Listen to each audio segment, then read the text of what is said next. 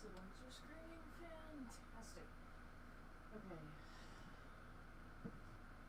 Right, it's already going yellow. Oh, this is a great start. What's up with my fucking internet? I'm really not in the mood for my stream to go shitty. Better freaking stay green. I swear. Better stay. OBS, I'm so not in the mood for this today. What the hell is going on here? What is up with my internet?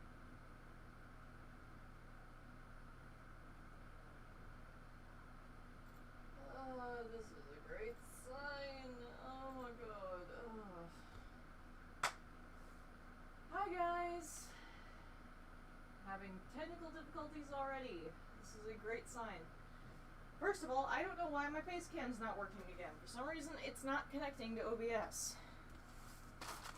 So, bear with me as I try to get this to work, because it may look like I will have some difficulties right here from the start. But what else is new? Which is ironic, considering my internet was doing a great job downloading Spyro Reignited, but now it's like the second I want to stream, it's like, nope, I'm gonna not work anymore. Oh, great.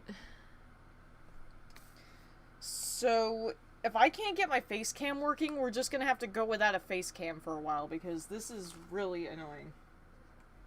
And my 3DS charger is tangled in all the other cords I have over here. And I need to charge my 3DS. Because I am playing Mystery Dungeon on it. And Cadicro's Uprising. Okay. What's the problem? I have no idea. It's just, my face cam just isn't connecting to it. It was doing this the other day, too. It, like, I think it took up to, like, 30 minutes for me of trying different trial and errors before it finally connected for really no reason other than it decided to work finally. So, I have no idea why it's not working. I'm hoping that I can figure it out, though. Because it just keeps saying searching for server. Usually when I start this up, it will say searching for server and then immediately connect to OBS. So I don't know why it's taking so long. Because like I said, it worked just fine the other day. It just took a while for it to actually do it. So for now we may just not have a face cam. Because I honestly have no clue what to do. Because the other day I tried closing OBS. I tried redoing the camera setting. I tried restarting my phone. I tried everything. And like I said, nothing actually made it work. It just randomly decided after like 30 minutes of me friggin' with it that it was finally going to connect. So I honestly have no clue what the problem is. Because it started doing this the other day and I was really not in the mood for it. Come on, you stupid thing. I know you work just fine. I wouldn't actually be surprised if the reason why it's not working is that my internet's weak right now for some reason, but which again would be ironic. This is really fucking irritating, because I just want to play Reignited, people. Okay, so what I'm gonna do is I'm gonna set my phone up. And I'm gonna just leave it here on the charger and hope that maybe eventually it will... Okay, now it's not even gonna humor me here and stay up. Make sure the charger's in. Okay, I don't remember what app you're using, so I unfortunately can't make any suggestion. The only thing I guess is immediately is refreshed IP address. I don't remember what the hell it's called, but like I said, I'm gonna set it up, but if it never connects, it never connects, so we'll have to see. It might eventually connect, like, midstream, and if it does, I'll fix it. Like, I'll adjust it if needed, but for now, I'm just not in the mood to screw with it. I have literally zero patience after the crap I dealt with today, so... I'm trying to, like, move stuff around here. I know you guys can't see what I'm doing. Oh, my back. Okay. Besides that... I think we're ready for some Spyro Reignited. Besides, you probably don't even want to see me anyway, because I'm kind of none too attractive at the moment. I kind of look like I just rolled out of bed.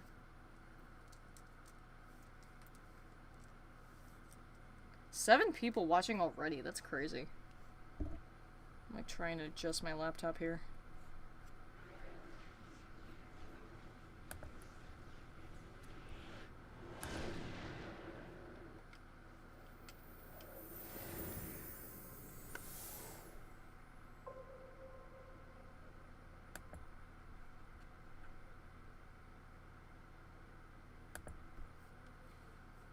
Oh, I'm not that pretty. Come on now. I also can't really see the game very well because of all the stuff in my way. No, nobody stop. Everybody move. Get up and dance. Move your body. No, nobody stop. Everybody move. What I intend on doing is starting a new save file.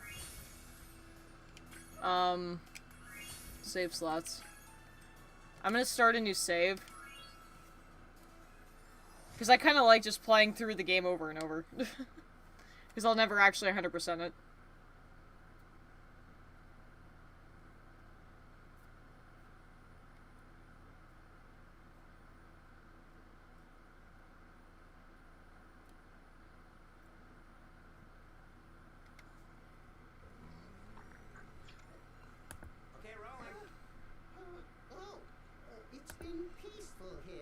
But yeah, thanks to Cyber donating that money, I was able to pre-order a physical copy of the new Hyrule Warriors game. I'm super excited for it. I'm kind of close to 100% Spyro 3. I know my girlfriend has already 100%ed each one.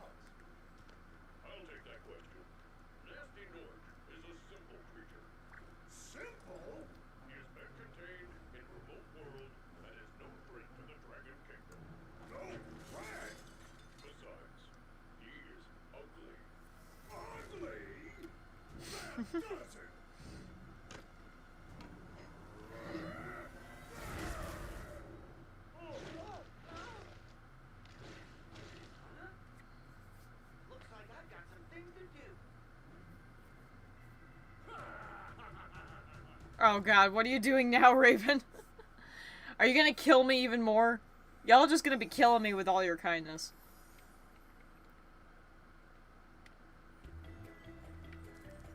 Oh, I forgot I had this cheat code on. I forgot that I had this on. Yeah, I found out there were more cheat codes, and there's one where you can make him look like Retro Spyro. And I thought it looked kind of cool. But I forgot I had that on.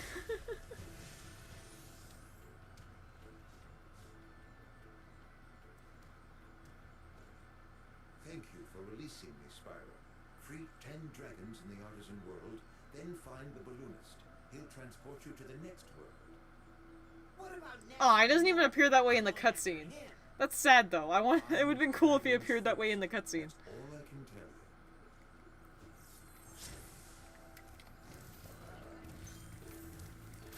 tell you. I'm rusty. I haven't played this game in quite some time, so oh my gosh, I need to get used to the controls again. I was like really used to the controls, and now I have to do it to get used to them again. I'm so used to the camera moving when I want it to.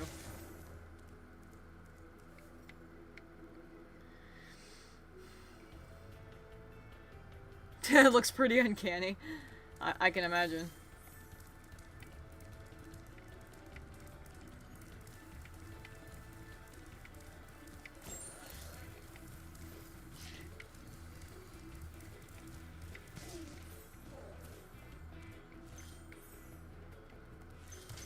Oh man, I cannot steer this well. Come on now.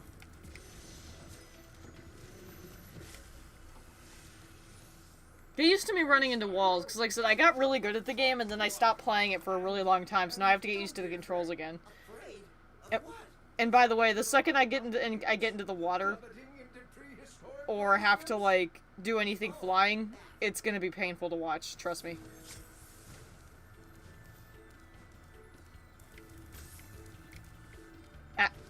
I did not mean to do that. Oh my gosh, what is happening? Why am I sucking so bad at playing this game? Dude. Get your ass back here.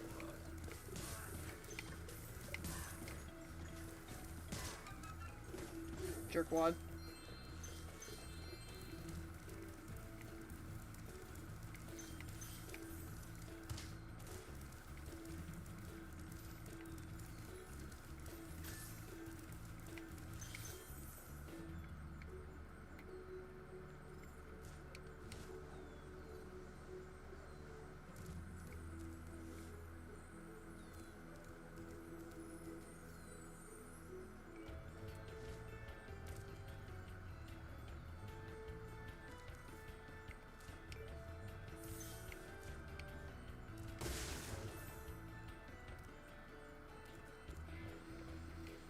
stream is stuttering here and there, might just because of my internet, though. It's probably my internet, because I started the stream and immediately OBS went to, like, yellow and red, and I'm like, oh, this is a great sign. Somebody made a Cinder mod with an actual professional voice actor doing her voice in a free mod. I thought that was pretty cool, too. I don't want to look at this anymore, though. I'm gonna change him back to how he should look. I need to Google the Reignited cheat codes.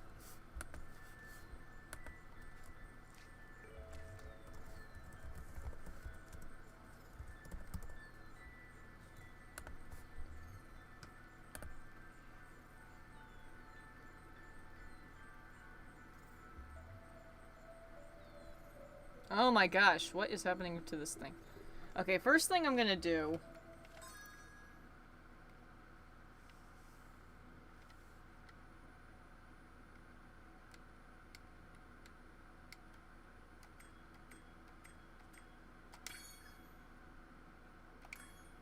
Okay, that didn't work. Hold on.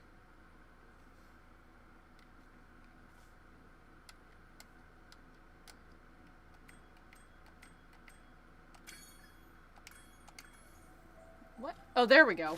Now it works. I did the 99 lives code because I'm gonna need it. Blah blah blah.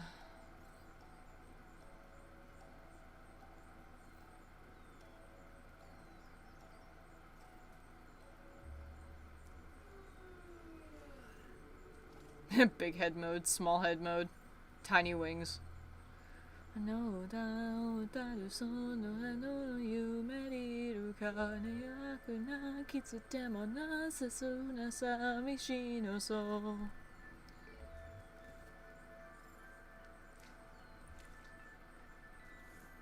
Oh, there's Pride sunglasses? Okay. Oh, it's even only on the Switch. Okay, I want to wear this. Hold on.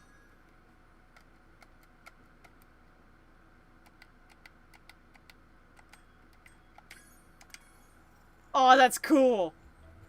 Rainbow sunglasses, that's so cool! It seems like there's people discover new codes for this all the time. Because the retro Spyro code was recently discovered last I checked, and there's all the different color changes. Squid skateboard. What the heck? That's interesting, but yeah, I didn't know about this Pride sunglasses one. I'm gonna wear this one. This is gonna be the Spyro I play through the game with. Just for the Cinder mod. Oh, I look so cool this way. Okay, back to what I was doing.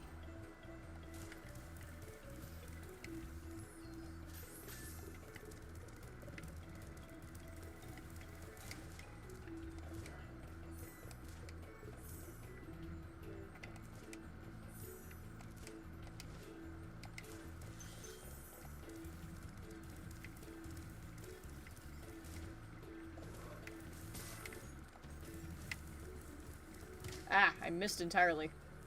Where'd you go? There you are. Come here. Where the heck did he go? Yo, you son of a bitch. Come here.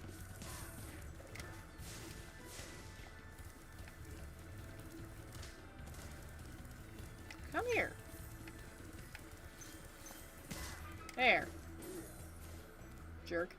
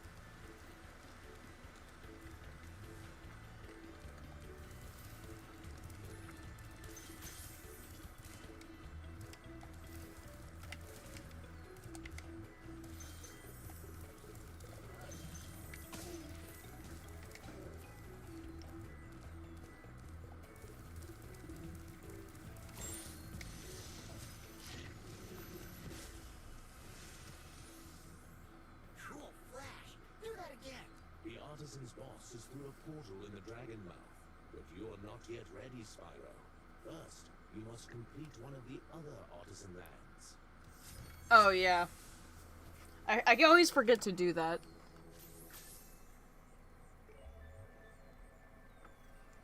I apologize for that. Every single time I start the stream, I always forget to turn the TV volume down. Where am I? I lost track of where I was. Okay, here. I am steering him so poorly right now.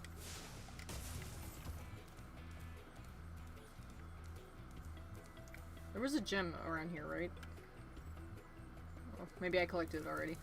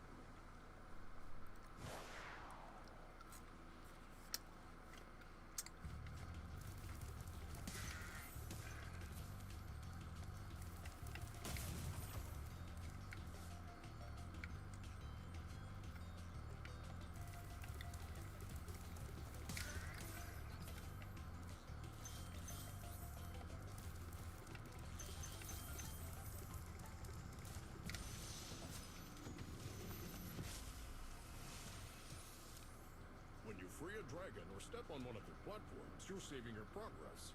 That could be useful if you run into trouble. Not that you ever run into trouble, Spyro. I am not listening to sad music. Not right now.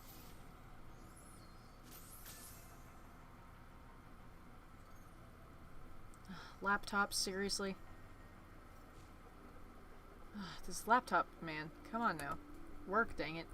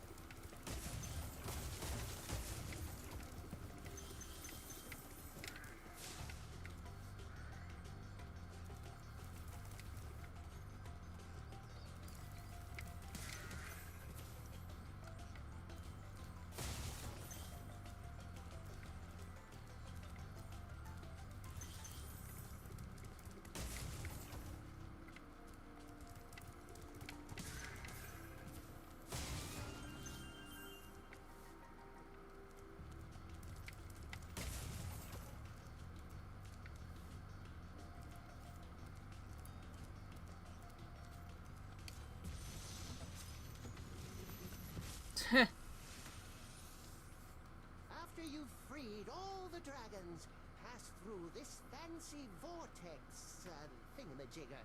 It'll take you back to the artisan home. But first, let me tell you a story. No thanks. See ya!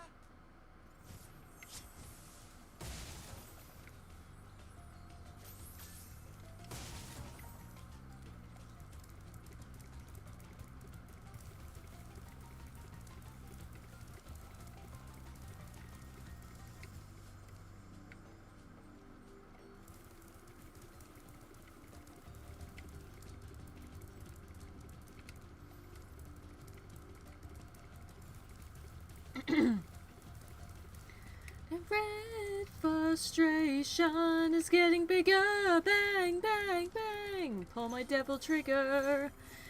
Darkness that's within me. No hiding in the shadows anymore.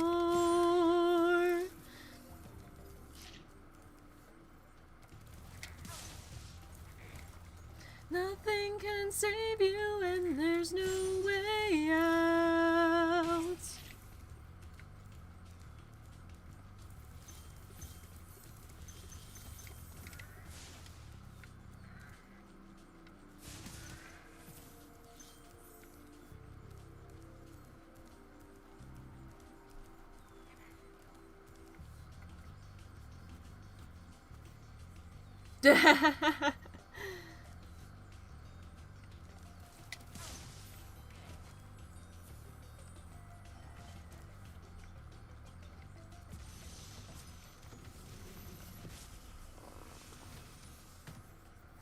Spyro, my friend. How about a This is like my favorite dragon. I like this guy. For the longest glide, press the jump button at the top of your jump, and try pressing the action button to drop down. Oh, sweet. Thanks, dude. Glad you were able to get that working. From what I gathered, you guys were having some trouble with it.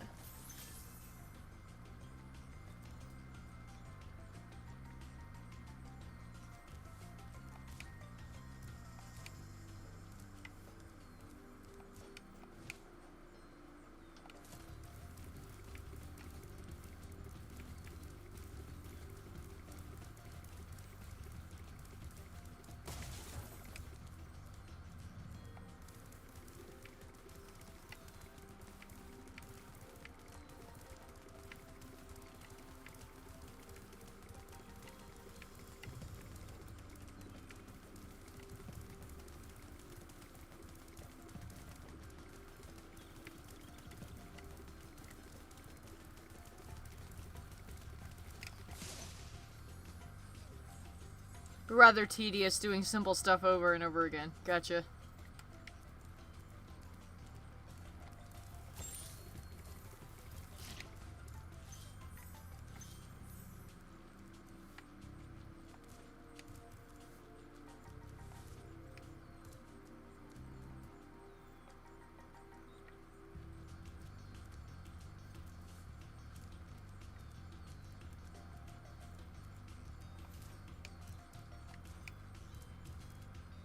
No, I don't think I'm supposed to be able to get up here. Or maybe I am. I remember in the Xbox version it wouldn't let you get up there.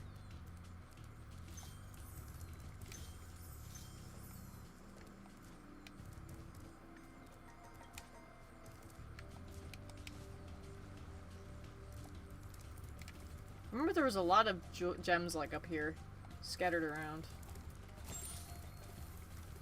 Here's some of them.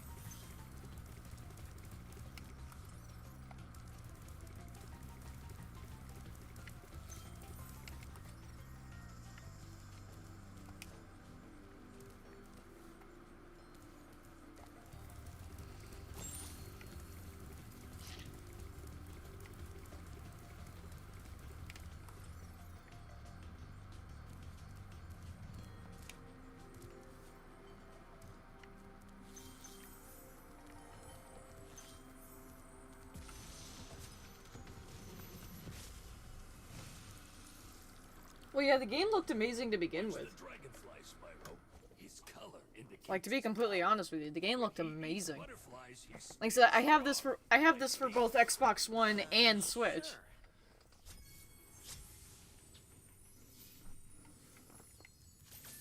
And honestly, it doesn't look much. I honestly don't think there's any difference at all visually.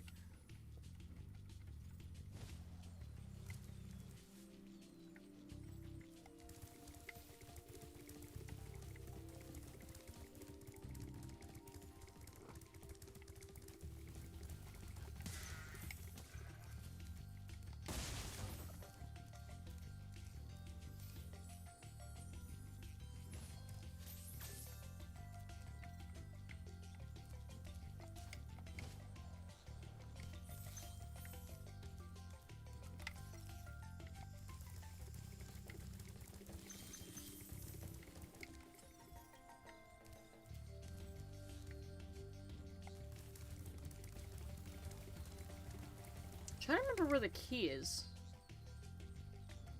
I know there's a key in this level.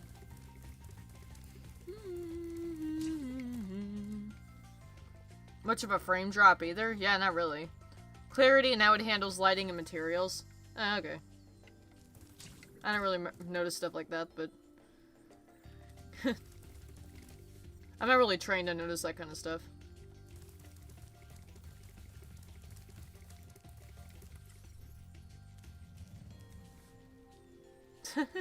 Thank you, Manuel. Trying to figure out where Sparks is pointing at here. Oh, he's pointing over here. Oh, hello.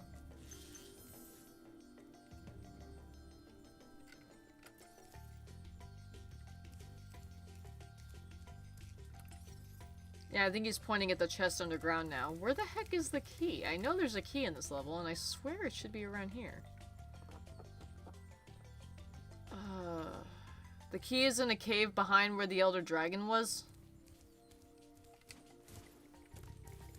You mean like the one that was down here, or...? Am I really that blind? No, there's nothing else down here besides the chest.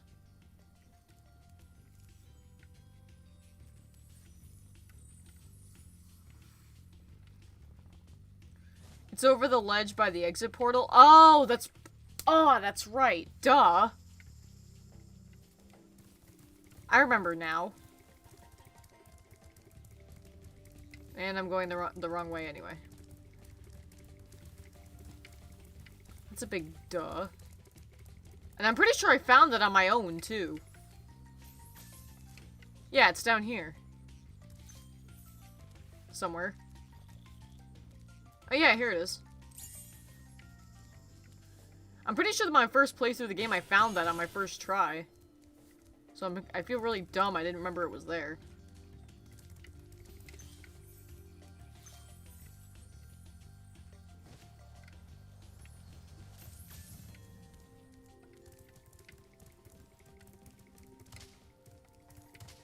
What the heck? Come on now.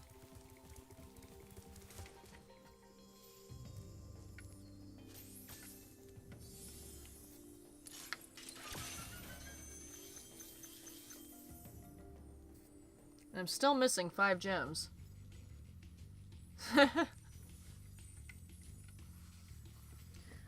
I'm so glad they gave you the ability to have Sparks show you tell you where they are, though. Where are they, Sparks, old buddy? Over there?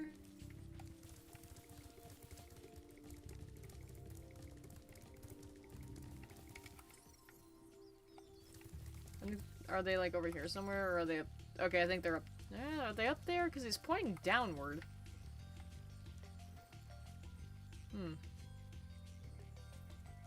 I'll go up there and see what he does. My first Spyro game was Dawn of the Dragon. Not even joking. I remembered, like, someone said that, like, you originally only unlocked this after beating it. Like in the original games, so like I remember someone saying you didn't have it at the start. I missed a chest in the cave.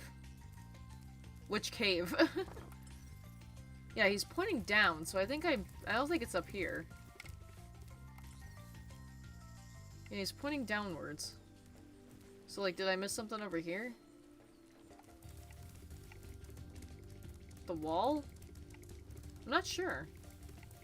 I might... There's probably a chest I missed or something. I'm gonna try scanning the area around here.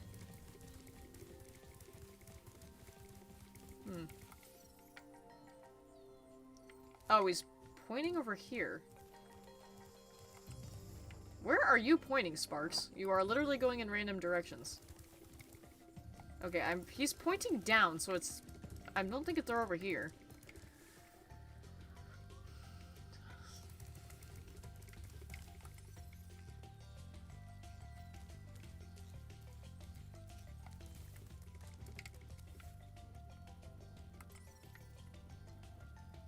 Pointing in that direction.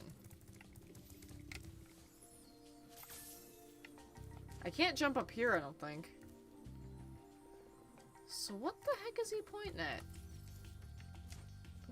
I've 100%ed this level multiple times, so I know, like, I know that this isn't a bug.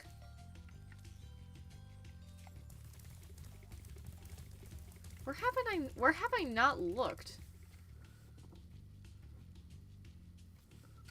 So my question is, where have I not looked is the question here. I've gotten all the gems in here, so where are those last 5 gems? Ugh. This is really sad that of all times I can't 100% this level right now. It's when I'm trying to stream. Go back to the beach cave. You may have missed something. Maybe I did. I don't even think this is the right way.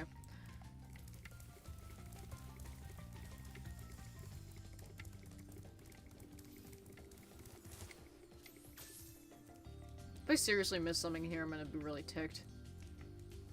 Oh, duh! I missed a chest. Okay, that was stupid. That was just really stupid of me.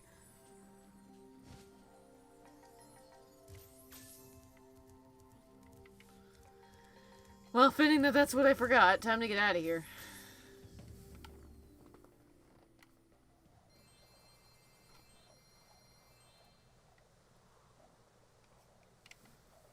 God, that was so dumb. I feel so sorry for you. Yeah, so do I.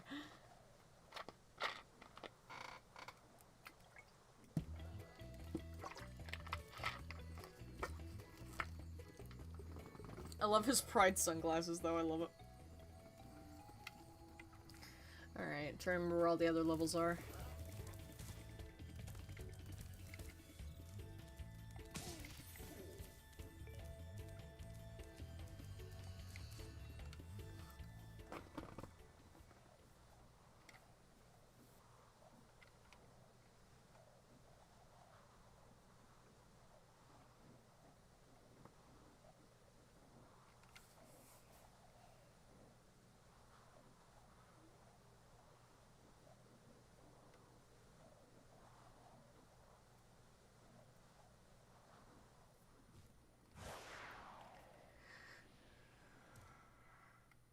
Huh.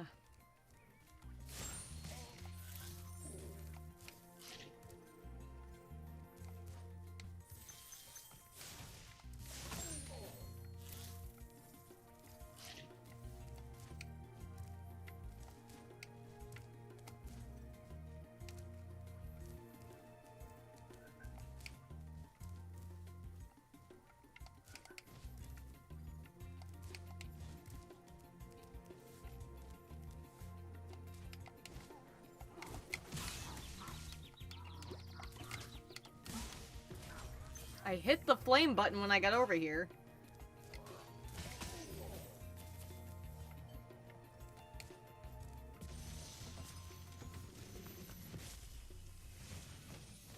No, I haven't watched My Hero Academia yet. I'm probably not going to watch it. I told you, I'm not interested. Of course they wouldn't bother me, but here's a hint. Their metal armor is fireproof, but a I told you. Unfortunately, I'm not that big of a fan of anime, because most of the time not very many animes actually, like, interest me, because they all look the same to me. It would honestly have to be an anime more like Inuyasha for me to be interested in it.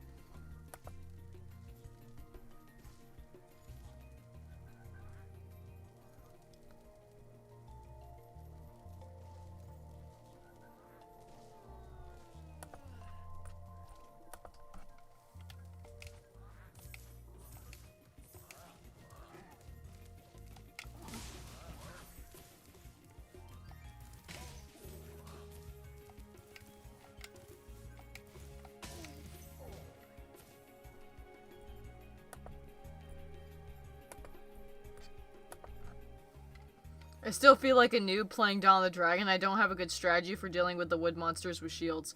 Oh, so you could have asked me about that. If you encounter an enemy with a shield, use electricity. It will get rid of it. However, some enemies can still block with their weapons, so be aware of that. You can make them lose their weapons too, but they can reclaim them. But if they have shields, you can remove them using electricity. Do you guys not know about the trick to get rid of them with electricity? Cause I knew about that. Like I said, it makes some enemies completely helpless, but there's like stronger enemies that can still block with their weapons. So like, and then you can, like I said, you can make them lose their weapons too, but they'll like go underground and reclaim them.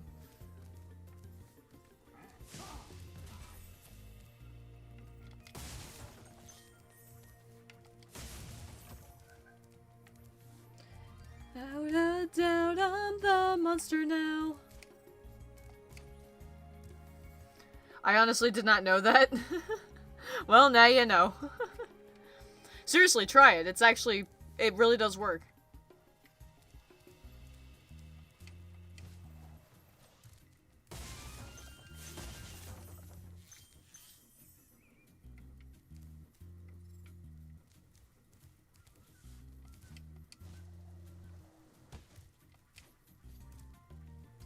You don't even have to use it for, like, the entire fight. You can always just get rid of the shield and switch to something else.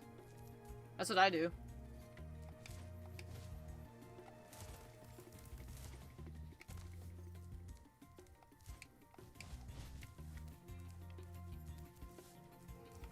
I always get lost in this level for some reason. Like, I always forget, like, where to go. Here we go. Oh, this guy.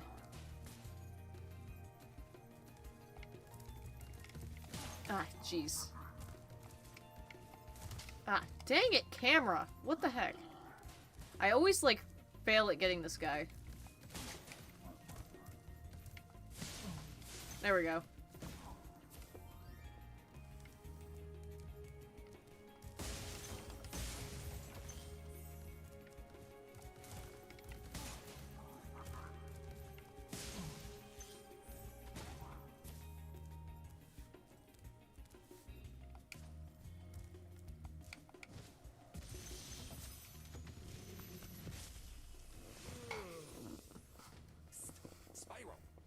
Secret?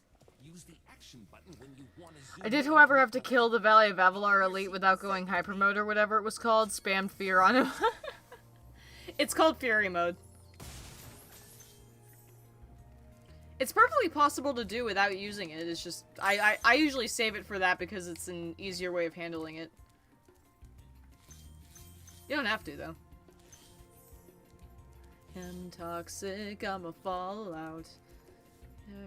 Well, doesn't cut me out. Without a doubt, I'm the monster now. To shreds, tear my heart out. I'm toxic, I'm a fallout. Farewells and cut me out. Without a doubt, I'm the monster now. I activated Fury mode earlier by accident. I used to do that a lot too.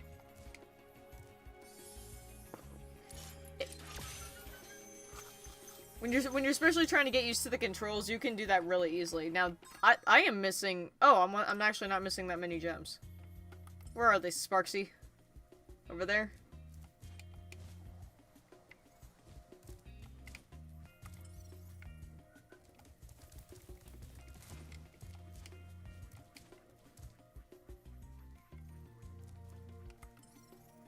Oh, they're over there.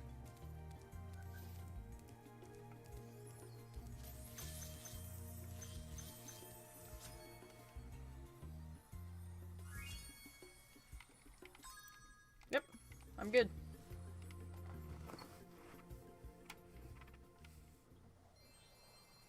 The only time the frame rate really takes a shit is when it's, like, during this loading screen.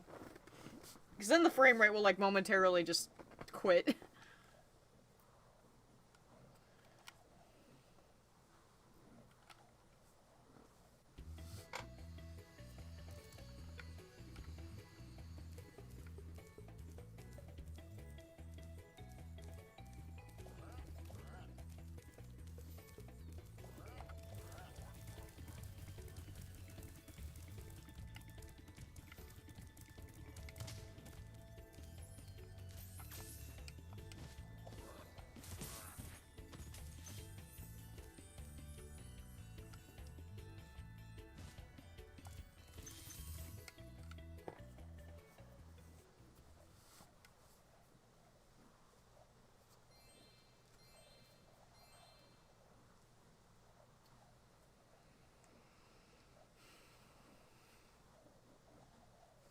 Yeah, true. Like I said, I wasn't, like, too shocked.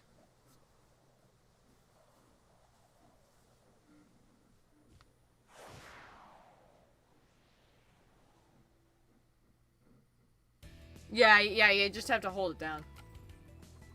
Oh yeah, I know this level. Alright.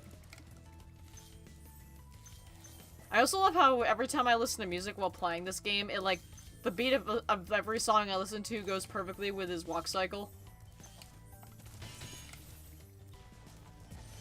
Like, it seriously is perfectly on time with his walk cycle. It's so good.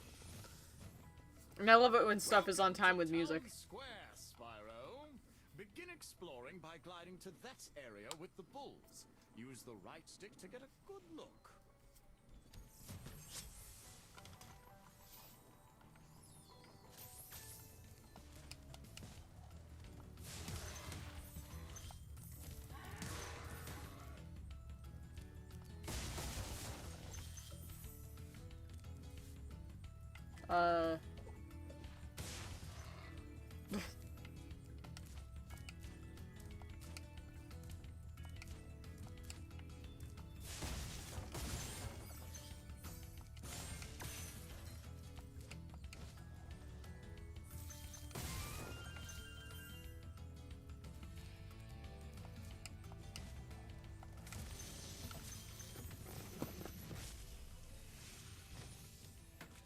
Thanks, Spyro. I have the worst itch on the tip of my wing. Did you know that you get your longest glides by pressing the jump button at the very top of your jump?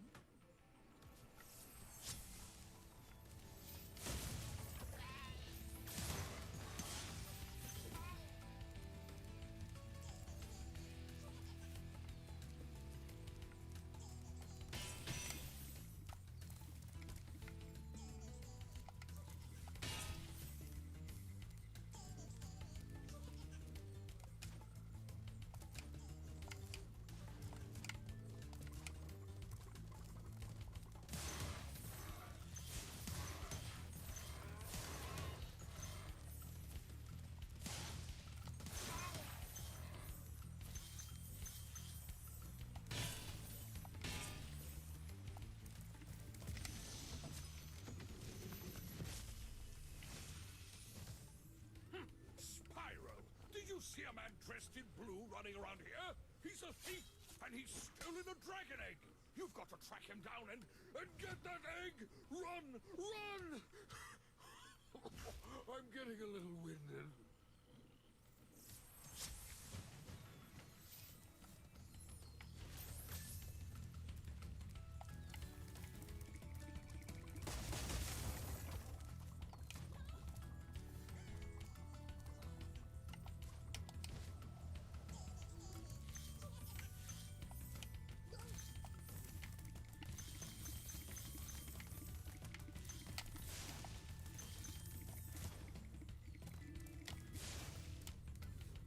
Did I get him? I can't tell if I got him. I can't tell. I don't think I did I?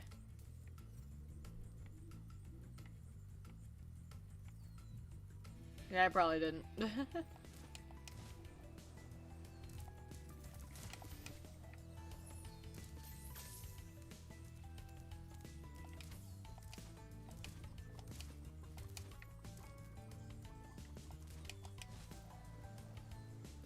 Ah, dang it.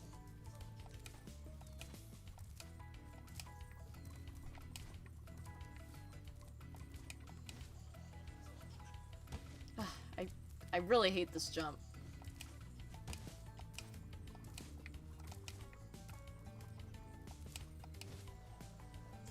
There we go. I didn't get him.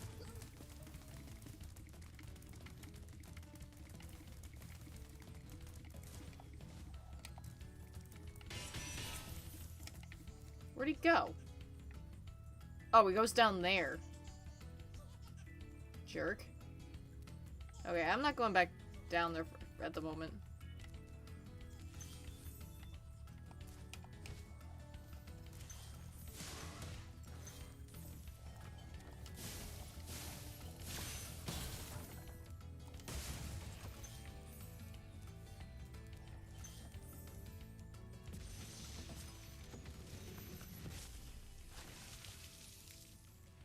Thank you for releasing me, Spyro.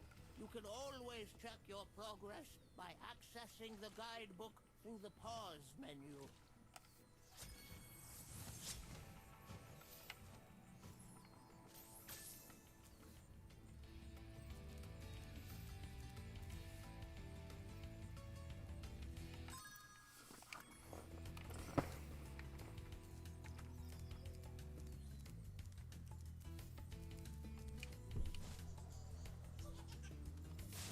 Ha! Got him. I still need to go back up there though and get those remaining gems. Spoken in myths, fulfilled by the glyphs, yet I see with my own eyes all the tower through. I can't remember. I wouldn't know. Realized when thou were climbed to the highest heights, restore the balance so I can finally have a worthy challenge.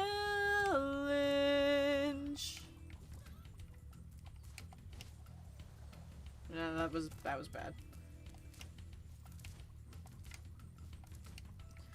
Valor's falls to Valor's own. I know the mystic strategy. Instinct cannot win alone. So what will you offer me? Show me how you'll face the champion. Okay, this jump really annoys me.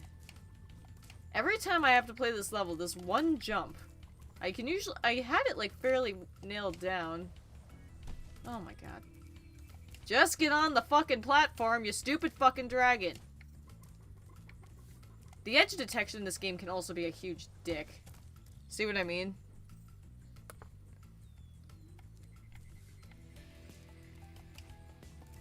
Because I remember I was playing through treetops for the first time and I was wanting to throw my fucking controller out the window. Oh my god. Why didn't it just add the hover? Like, seriously.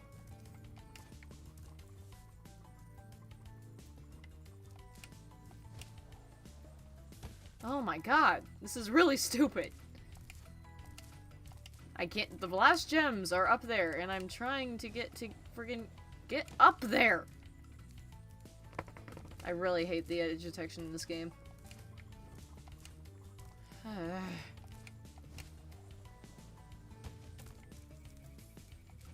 You know, every time I fail this jump, I get just that much more pissed off, because I really have zero patience today. Dude! Get up there! I should not be failing this jump. Yeah, well, this is a great start. I'm raging already on level fucking 3. Like, so this is the one part of the level that is really annoying, because it's like, the edge detection in this game is painful. Like I said, to give you an idea, to take off with running speed, I mean, kind of, but if it would actually make me go further, I mean, I can try. Yeah, see, the problem with that is I jump off too high and then I get caught on the ceiling. But yeah, when I was playing through treetops, oh god, I was cussing a storm. I was cussing so much. And to give you an idea, I had the 99 lives cheat on, so I started treetops with 99 lives. See? Oh my god, that should have just let me go up. But I was playing through treetops and I had 99 lives. By the time I finally made that last frickin' jump and got in 100% of the level, I was down to like 54. I burned nearly 50 lives in treetops before I managed to actually get to where I was trying to go. And that was all in that one final jump. But it feels like one. Gotcha. Dude, I don't know why I'm failing this jump so much. I usually get it by now. It's your favorite level? Oh my god, it is hands down my most hated. Seriously, I love you, Panda, but treetops can go burn in a ditch. Oh my god, finally. I think I figured out why I wasn't making it before. But yeah, treetops, I hate that level. I never want to play it again. I literally spent nearly 2 hours trying to get all the freaking dragons in that level, and I literally burned, like, almost 50 lives. And trust me, I nearly rage quit a whole lot during that. That level was painful. Wait, did I just freaking die? Oh, thank God. I couldn't tell if there was water below me or not. All the different loops and levels and secret spots in the level, exploring it felt so cool. Exploring it was not the problem. It was making the freaking jumps. Although I did hear that apparently in Reignited, the jumps are harder to make. Because, like, I was watching Cat Icarus talk about Reignited, and he said that he can basically make the jumps on his first try in the original game in Treetops, but in Reignited, it was so much more strict that he was actually raging just as much as I was, and I was like, oh good, it's not just me. Don't feel too bad, I was seriously cursing earlier today trying to get all the best ranks in Resident Evil 4's Mercenaries mode. The Blind Wolverine-like guys, oh god, yeah. But yeah, I did find out from, like, other people that apparently, like, it's harder to make those jumps in Reignited, which made me feel a bit better about myself. Because if freaking Cat Icarus was having trouble with it, then that makes sense. Then I would definitely have so much trouble with it. Then again, I struggle with certain parts of this game. The game in general is not that hard, but like certain moments in the game are just painful. Like I can't do the flying stages. Most of the swimming stages are just absolute pain to try and get through. And then certain challenges that are not those, mostly in Spyro 2 and 3, I just give up and rage quit because I just don't feel like dealing with them. That's why I said I don't mind like playing the game from the beginning. My favorite part of the game is just running around collecting gems. I almost have all the gems in the hub world. Where are the rest? Oh. Hello. Now I'm just missing 2. And he says they're directly below me.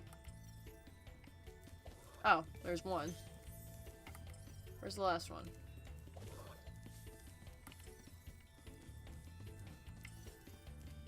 Oh, does he have it? Oh, yeah, he had it. Sweet. Alright, I got it.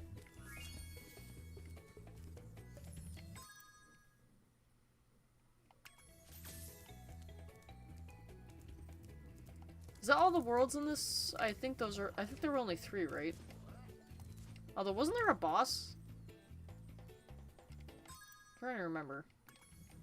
Ah! That's not what I meant to do, but I forgot I could do that. That's what I meant to do. I think that's all the worlds in this one. It's time to play with friends and share the shadows up ahead. You can't be bothered by the dead, so you run. Do you have any advice for dealing with flying enemies in Dawn of the Dragon? I'm assuming you're talking about the wyverns, and if you're talking about those, spam fear. You made are you ready to go? Because the wyverns are extremely buggy, and they like to get stuck in a loop. And they also like to stun you, like, multiple times in a row to the point where hitting them is almost impossible. So, yeah, if you can spam fear and get them to hold still, that's your best bet. Ice works, too.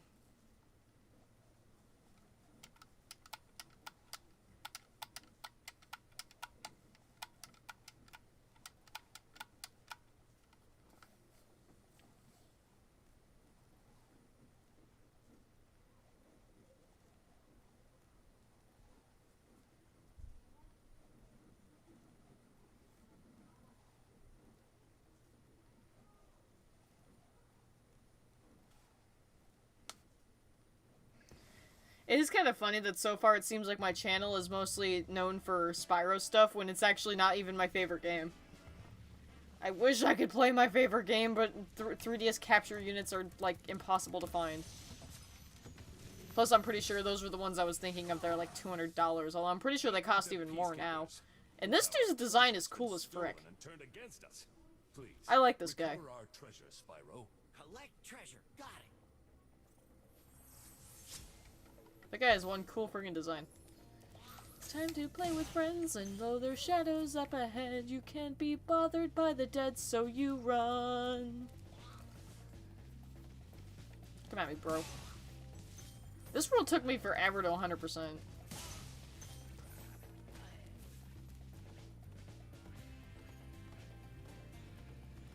I'm correct...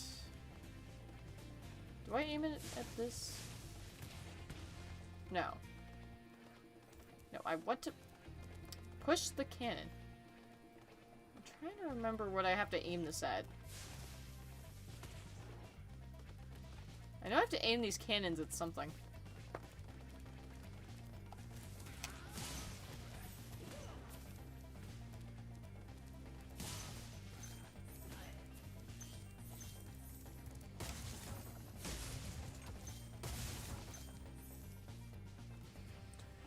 Where the enemies show their bare butts. I actually don't know. Can I destroy these? I forget. No, I can't. Okay. Do I hit that? I know I have to, like, do something with these cannons.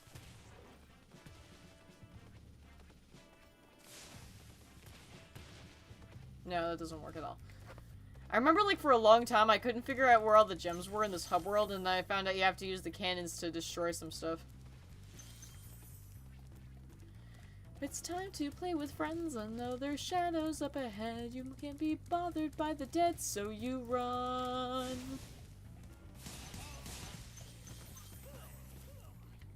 Come here, dude.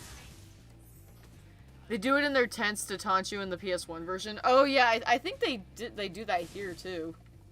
But I killed them all.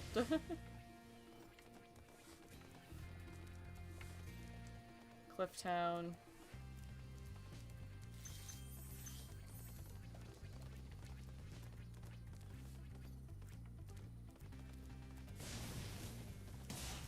Oh yeah, there they go. They just did it.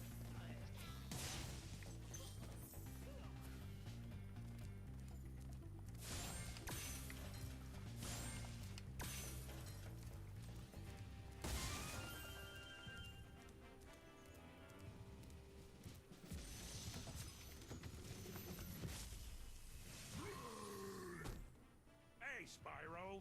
Sparks the Dragonfly has been doing a good job protecting you. Make sure to keep him strong by feeding him lots of butterflies.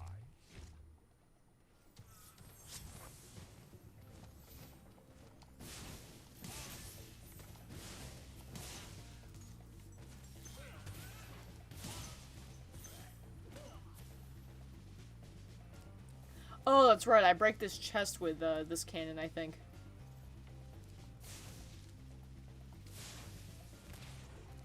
Yeah.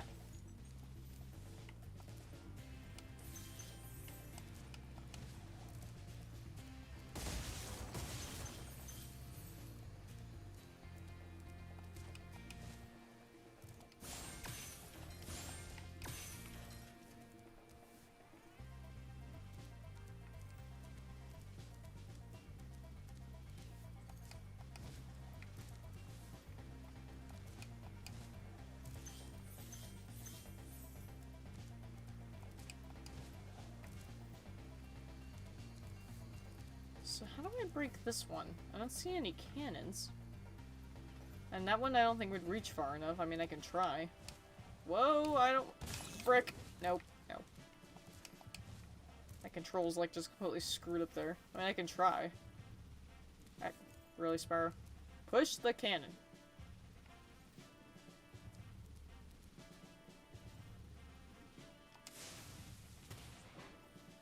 Oh, okay. I guess that is what I was supposed to do. Alrighty then.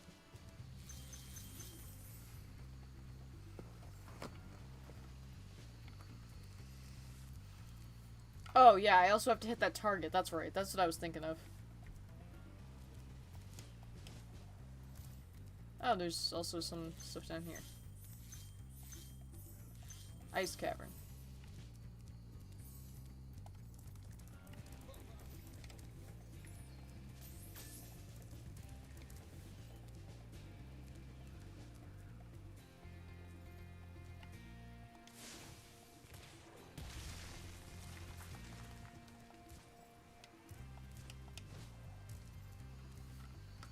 Funny story, when I played Dawn of the Dragon, I tried to fight the elite having no idea I had to use the elemental weaknesses, had to look up your LP for help.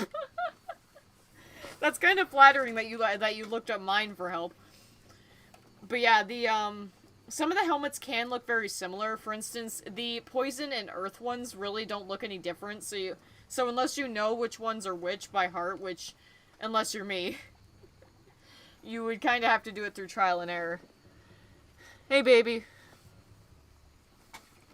But yeah, like the second elite enemy in the game, which is in Twilight Falls, it's always Earth.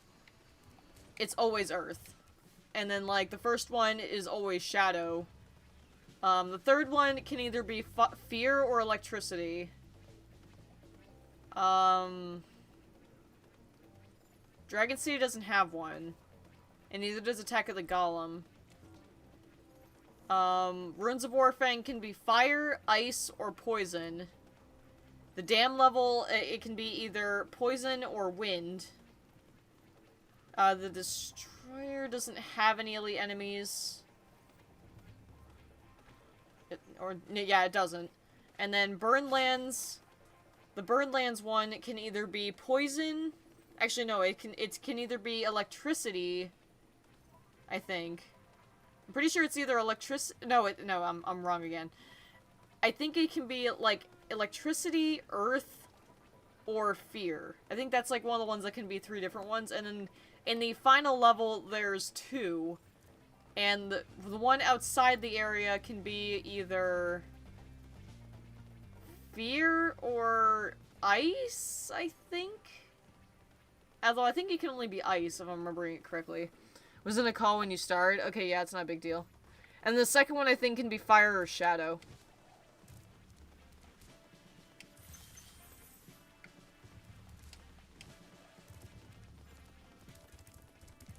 Come here, Rig Thief.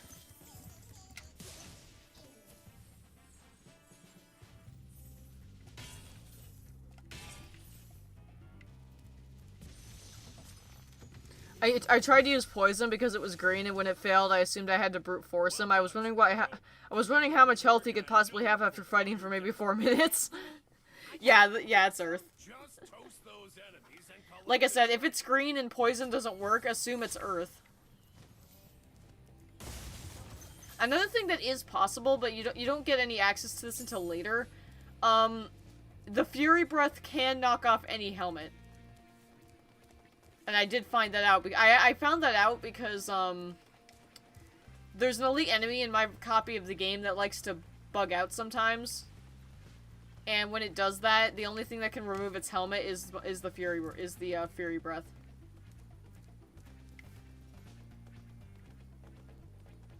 Don't need them to believe in you. Locked and see it through. Got all the power you need in you, power you need in you, power you need in you.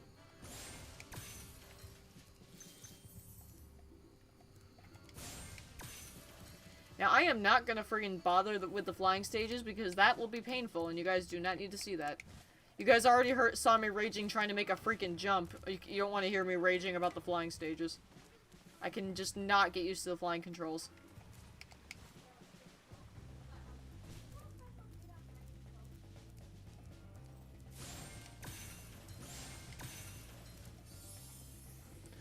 I was like facepalm after I saw I used earth on. I'm surprised they didn't make the earth color brownish. Yeah, I kind of wondered for quite some time why they made them like almost identical in color, because that would have been so confusing.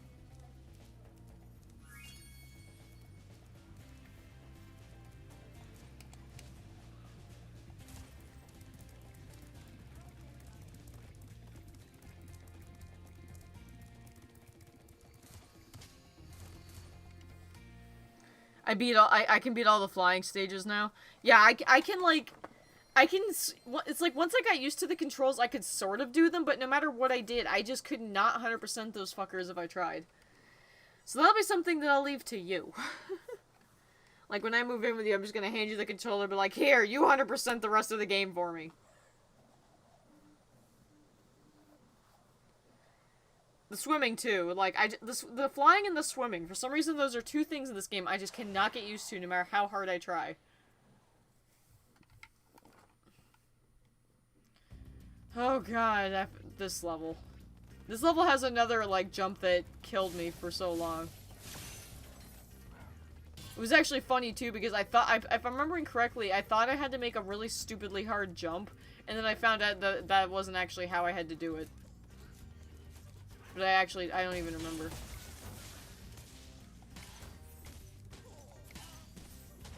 You didn't think I was done, did ya? Well, I just begun having my fun, baby.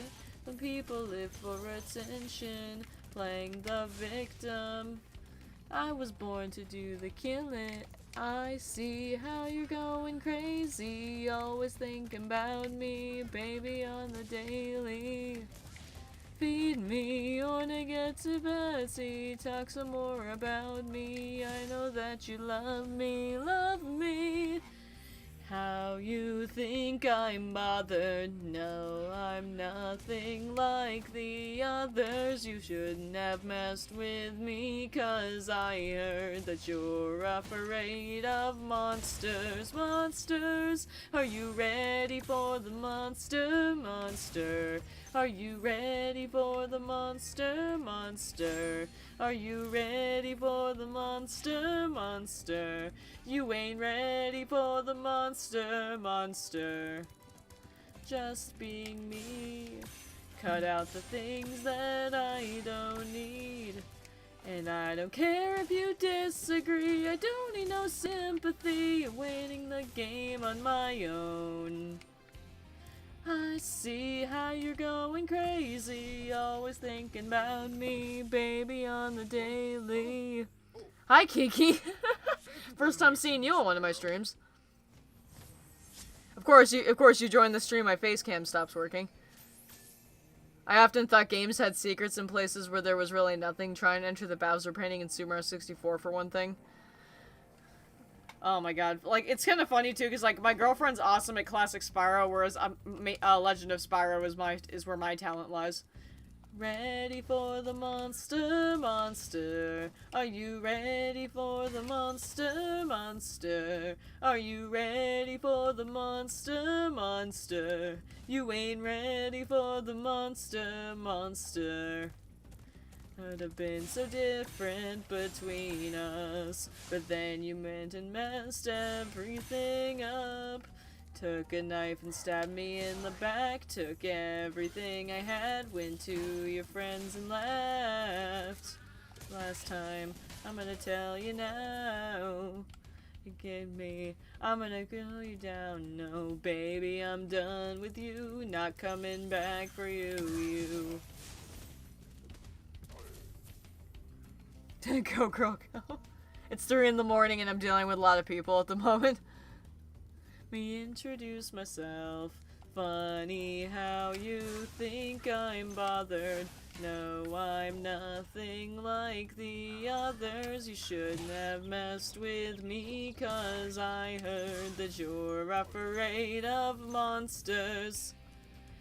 Are you ready for the monster, monster? Are you ready for the monster, monster? Are you ready for the monster, monster? You ain't ready for the monster, monster.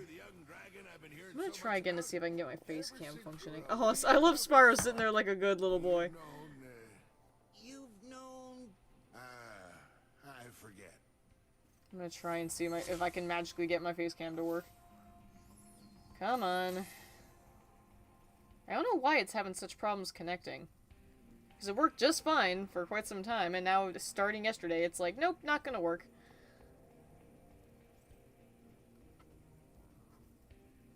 I seriously don't know what the problem is.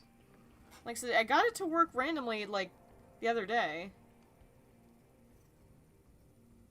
Maybe try... maybe... I need to check my messages anyway, give me a second. How you think I'm bothered. Oh wow, Panda, I just saw... If you're in the chat, I just saw your plushie, and oh my god, it's so cute! It's adorable.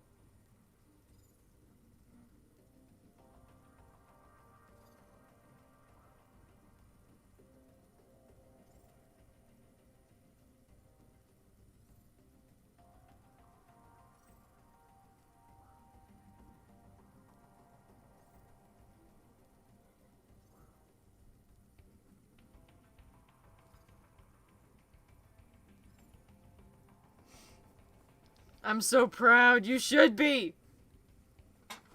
Boo for face cam not working. I know, everyone thinks that. But yeah, you should be proud. That's a really damn good plushie. Also, I love how, oh god. Kwai mentioned that I was the purple, unicorn in the picture. It's really funny, because you mean that gray dragon? Yeah, it's beautiful. But, when I commission you for a pony, I actually don't know which one I want you to do, because I have several MLPOCs that really represent me. So I honestly have no clue which one I would want you to do. Obviously, at some point, I'll probably have you do multiple ones if you're willing. But there's like I have so many pony OCs that freaking represent me at this point that it's hard to pick. Because I was thinking Fate, because she's my VA pony Sona, and it would be cool to have a plushie of her. But then I have two other ponies that actually represent me being Moody Moonrise and then Dragonheart. So it's like, I don't know which one to pick. I am willing to make more. It's like, I don't know which one to pick first. Morgan's phone apparently doesn't today. Like I said, I don't know why it's not working. I seriously don't. I mean, I'll try restarting it. Because, I mean, it eventually worked yesterday. There's some things I can try here. While my phone's restarting, I'll keep playing, but... Like I said, I got it to work yesterday somehow. And I just need to figure out how I did it. I'm bothered. Oh, shit. Whoa. He's flying into the wall, dude. Ow. Screw you and your birds. For reference, Kiki's another really good friend of mine, guys. I do like voice acting projects with her, and she does like covers. And we're working on a cover. Eventually. And she's actually the person I wanted to do that cover of Addict with. You streamed yesterday. I mean, did you stream yesterday? Did I? I think I kinda did. But I didn't use a face cam. I was like in the Discord chat. I don't think I really felt like streaming yesterday. Okay, what was I doing? I don't think I can make that jump from here. I have to get higher.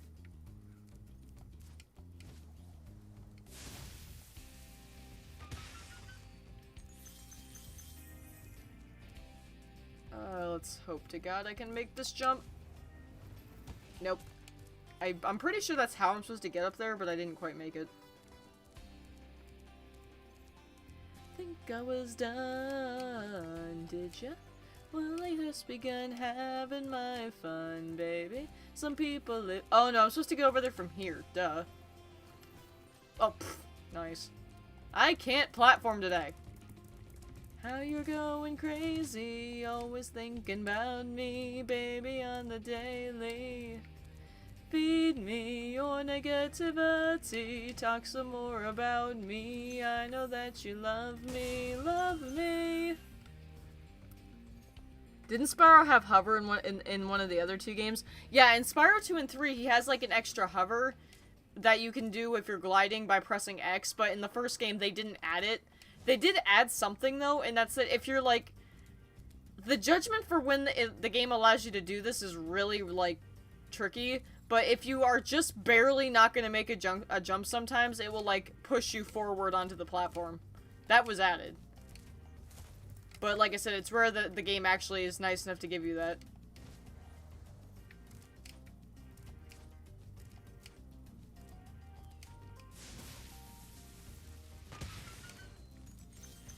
Oh yeah, I'm supposed to jump from here.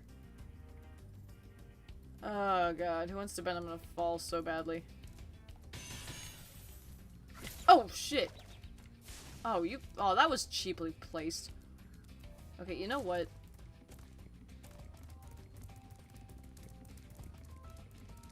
That was cheap, I'm sorry. I know there were a bunch of bunnies around here.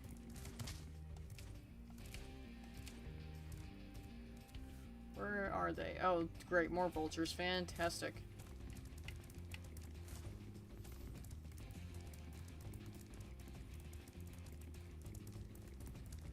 There you are. Get the butterfly sparks. What the hell? Oh no, it did reappear. Okay. I prefer Spyro 3 flying. Rip bat sleep because apparently people won't shut up and go to sleep. They should have put it in Spyro 1 as well. They already changed other things so they could as well. I agree completely, actually. This is actually the reason Spyro 1 is my least favorite. I prefer playing 2 and 3. Because I liked having that hover. Baby, I'm done with you and not coming back for you. Run, Spyro, run. Okay, I'm gonna go and see if I can get my face cam working. I'll be right back, because I think I might know how I can fix it. I'm gonna bring it up on my phone. See if it works now, but if it doesn't... Okay, so I'm gonna put my phone up here. Loop it around my Chinese food. I'm gonna prop it up like this.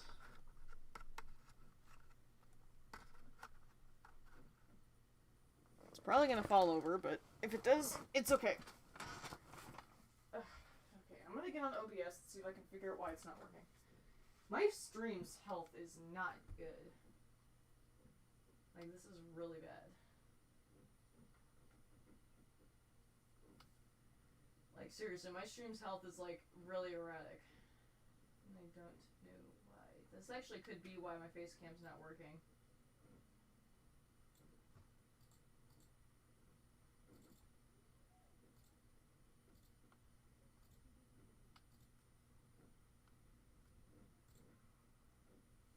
Come on.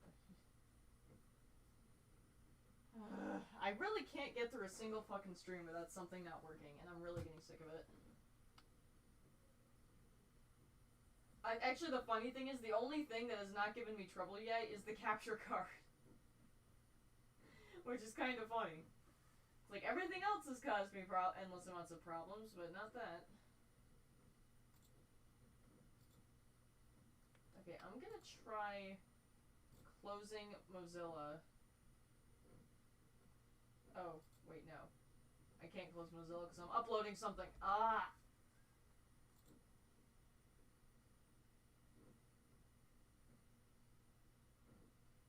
Seriously, why is this not working?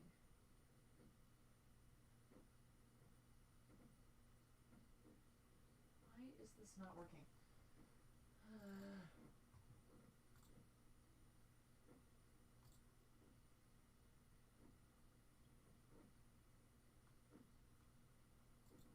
I really have no clue why this isn't working, and it's actually starting to piss me off now.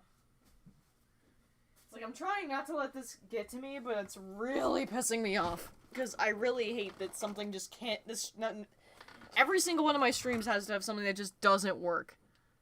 That could explain the stream health. Oh, that's true, I didn't think of that.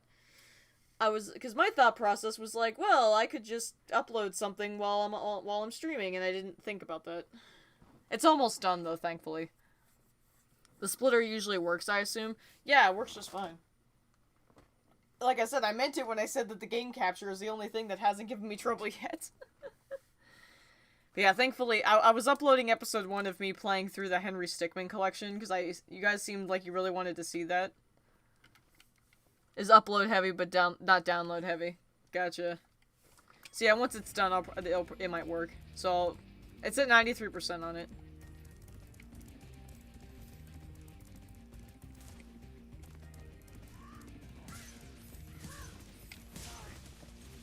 Screw you.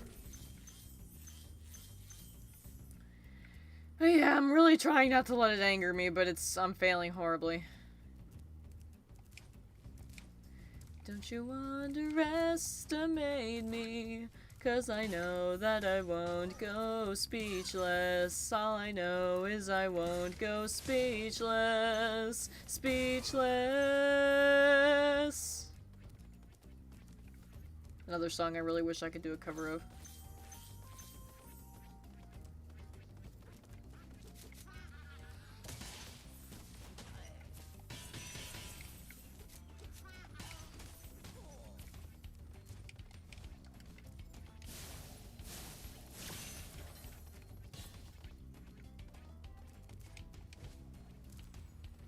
are arguing over who gets upload bandwidth right now. Gotcha. So yeah, duly noted. Don't try to upload a video to YouTube while you're trying to stream. I now know I shouldn't do that.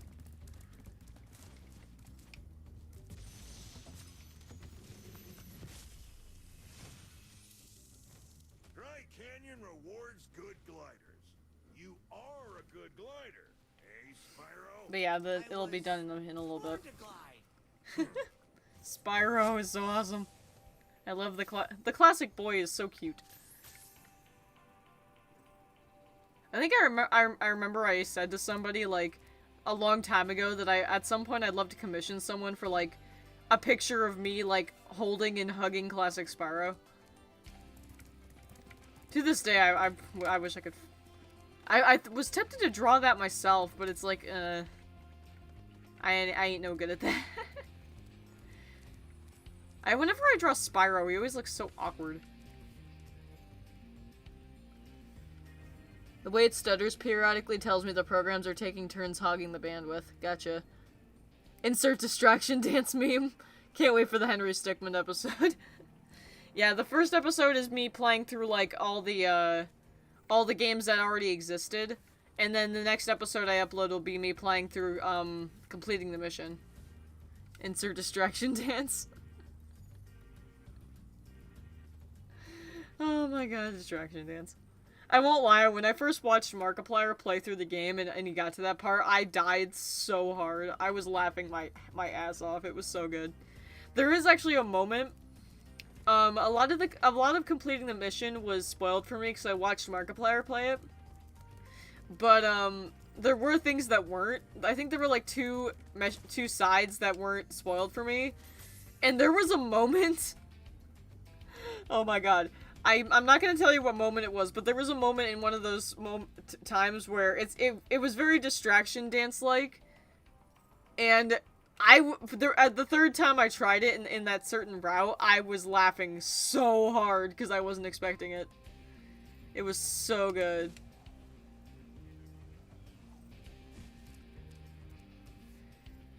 Not be broken. No, I won't live unspoken, as I know that I won't go speechless. Try to lock me in this cage, won't just lay me down and die. Take these broken wings and watch me burn across the sky. He won't be silenced. You want me tremble when you try it. All I know is I won't go speechless. Speechless.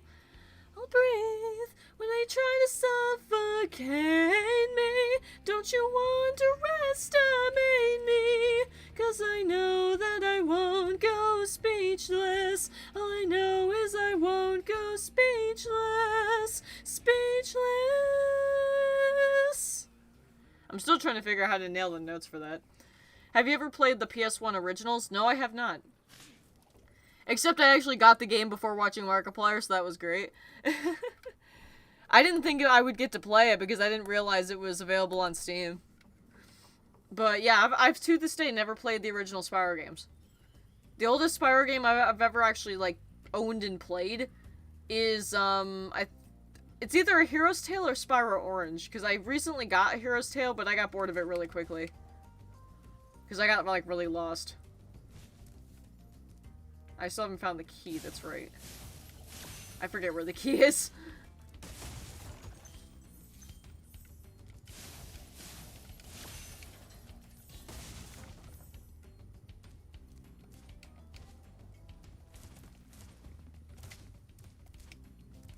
Don't blame me, PS1 games haven't aged super well.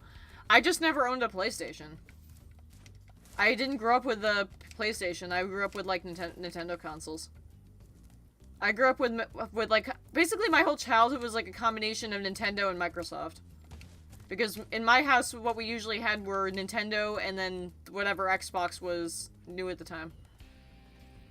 Oh, I'm trying to remember where the key is. I'm also trying to remember where I have to jump off of to get to that ledge up there. Oh, the key is up there. Okay. So there's that. If I remember correctly, there's like a ledge that I have to go up. There's like, this is another like really complex jump. There's like I think it's that ledge over there. But I'm trying to remember how to get to it.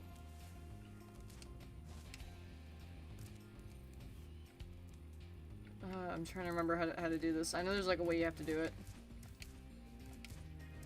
Wasn't the Wii your first own console? It was more of the family's. I didn't really have my own console until I was like, how old was I? I want to say maybe like 15, but the first console that we owned as a family in our house was the Wii. But my dad apparently did have an original Xbox back in the day, but he sold it. Like, I think he played, like, sports games on it when I was really little. Man, I am so turned around here. Where am I going?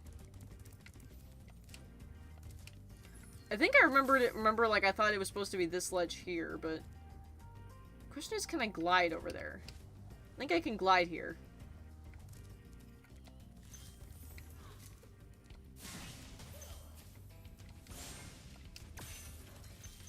Okay, this is the ledge. Okay, so if I'm remembering correctly, I remember I kept screwing this up because of this, like, edge of the cliff here. Yeah, see, oh, I made it! I didn't even realize there was a ledge here. I thought I screwed it up. Alright. Do not walk off the cliff, Spyro, I swear to God. Was the PS2 slim? Poor thing still works, but only just. I think I was 11. Yeah, the only consoles I owned in my childhood that were actually mine were my DS's. The DS's were like mine, actually. Like, the rest of them were consoles for the family. Because my parents obviously felt like that would be... as a kid, I didn't need, like, an Xbox 360 out of myself, but... And I agree. But they gave me DS's as, like, a way to learn whether I was trustworthy enough to... fail. I meant to jump there. They gauged that as a way of gauging whether I was trustworthy enough to own stuff like that. And I did, like... I was rough with my first DS, but I definitely knew the value of it and didn't want to break it. Plus, as a kid, I mainly played Pokemon games, so them only getting me DS's kind of was, well, all I needed. Because that's just it, too. There weren't very many games until I found, like, Portal 2 and Dawn of the Dragon for the 360. I really had no other games that I played on any other consoles. I mainly played DS games. Where am I going right now? Oh, right, I remember.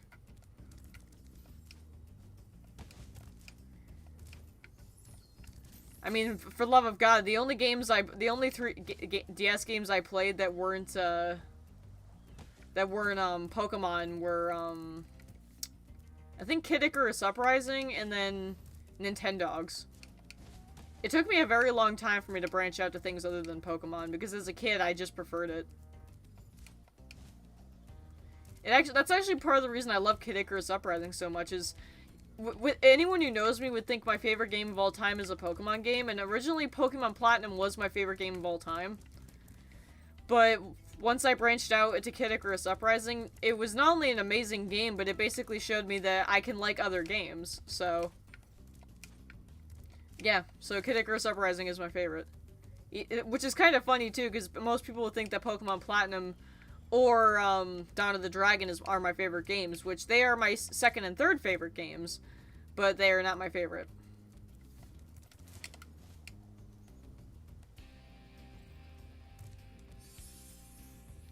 It's a bit hard to share DS's, I guess. Me and my sister had DS's too, though I had a GBA before that. I never got to own a Game Boy until recently. Because recently, in the last couple of years, I went to a Comic-Con where my dad had a booth, and I was able to buy a bunch of cool stuff there. And one of them was a Game Boy Advance. They had SPs, but I bought a regular Game Boy Advance without the backlight for some reason. I guess I just preferred the look of it. And I also bought a bunch of GBA games while I was there, because they were pretty cheap. It was actually really cool, too, because I actually have a copy of Pokemon Crystal now. Was there anything in particular you like about Kid Icarus? Tons. I mean, as a kid, I loved the idea of dark angels and angels in general. Like, I wasn't religious, but as a kid, I just loved, like, angels. I loved I love the idea, I love their appearance, and I love the interpretations. It's like, I liked mythical creatures in general. Dragons, nine-tailed foxes, angels. It's like, I thought mythical creatures were cool as hell. So... plus I was a huge fan of Greek mythology as a kid too, so that like really built off my love for both. But it's also the fact that I just love the characters, the voice acting is great, the script is great, the gameplay is fun. You can collect a whole bunch of things and like upgrade weapons and stuff, and the multiplayer is fantastic because to this day, people still play the online multiplayer. I was actually playing it just the other day, and it's still just as fun as it was. Yeah, you told me about that one. But, yeah. The multiplayer in it is fantastic. The light versus dark mode, oh my god, I love it.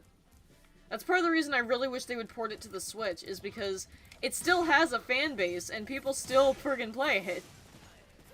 People to this day continuously play the multiplayer, so it's like, please, just port it to the Switch. Clifftown. Alright, I'm going in there. I mean, hell, I've even, like, been matched up with people who are subbed to me randomly. It's awesome. With gyro controls. And if you're talking about motion controls, it really wouldn't. People already were bitching about the flying controls, in the game already. And if by gyro you mean, like, motion controls, no, you would rage. Because... the, flying control... The way that the flying stages in the game are handled, you would not enjoy that. It requires precision that motion controls simply cannot do.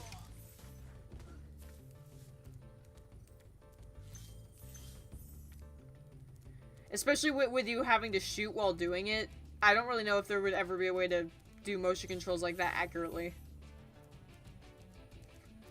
Because you also have an aiming reticle on top of it.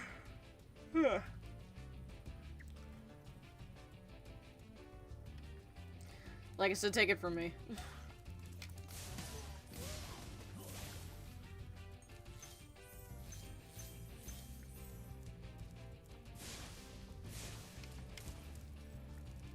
God, I would kill for them to port it to Switch. Like I said, at this point, I wouldn't even be mad if they never make a sequel, no matter how much I want it. Because Sakurai's made it clear that he has no intention of doing that. But please, at least port it to the Switch. I mean, people have been dying for a console port of the game since the Wii U, and that's not even a joke. Like, I'm not even joking about that either. Ever since the Wii U came out, people were begging for a Wii U port of the game, and people are still feeling the same way about the Switch. Like, seriously, update the basically, you don't even have to do what they did with Reignited. Just please, just update the graphics a little bit and then port it to Switch. It wouldn't be that hard. And I would and the thing is, if they charge $60 for it, I would totally buy it. Like, I would not even care. That's how much I freaking love this game. If they decide, because keep in mind, the game originally costed $40 on launch, because it was a 3DS game. So if they charged $60 for a Switch port, I would not even be angry. I would just literally say, take my friggin' money. I find gyro controls quite effective. I played Resident Evil 4 on PC with gyro controls, and I achieved better results with it than a keyboard and a mouse. Well, yeah, anything would be better than a keyboard and mouse. I'm surprised that you don't, you haven't paired a controller with your computer, because that's what I often see people do.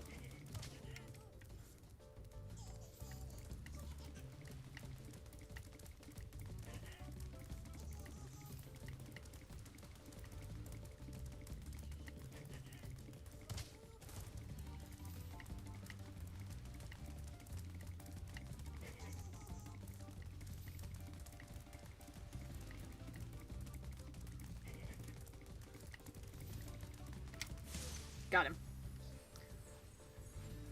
The victim. This is war.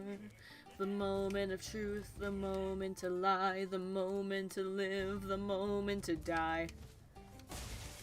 God, I remember about one of my favorite videos as a kid was this song. Done with Spyro footage. It was really good.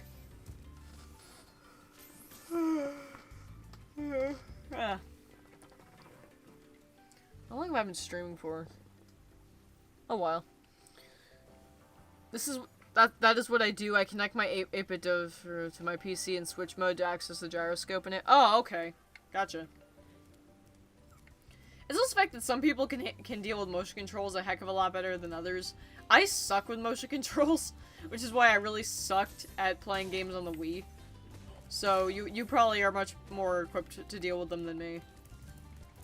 Because as you've probably gathered from watching me play games, I am not very good at a lot of them. Because I am very easily frustrated. What the? Why did Spyro turn in that weird-ass direction? I think that's my controller. My controller is starting to have, like, problems with the joystick. So I wouldn't be surprised if I'll have to replace it soon. Because I've dropped it, like, so many times. Because it keeps falling out of my chair. Like I said, at some point I intend on getting a wireless controller.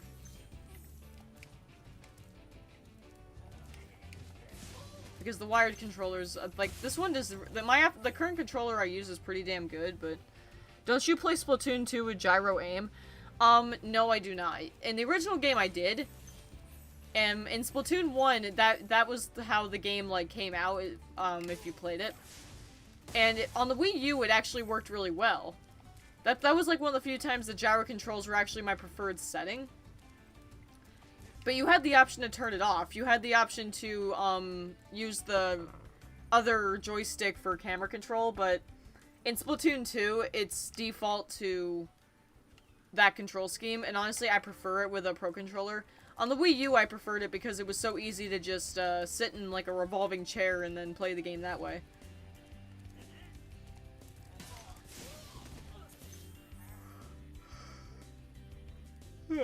Now I kind of want to play Splatoon 2.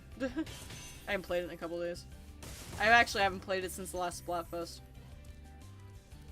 On the sun. Do I open? Is this the one that I open with a key? I think so, right? For some reason that one looks different to me.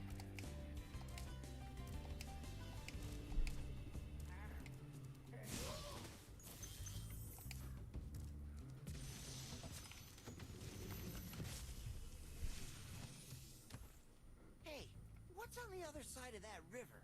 Why don't you glide there and This find guy out? looks freaky as hell. Okay, so I think from up here... Oh, I'll grab these real quick.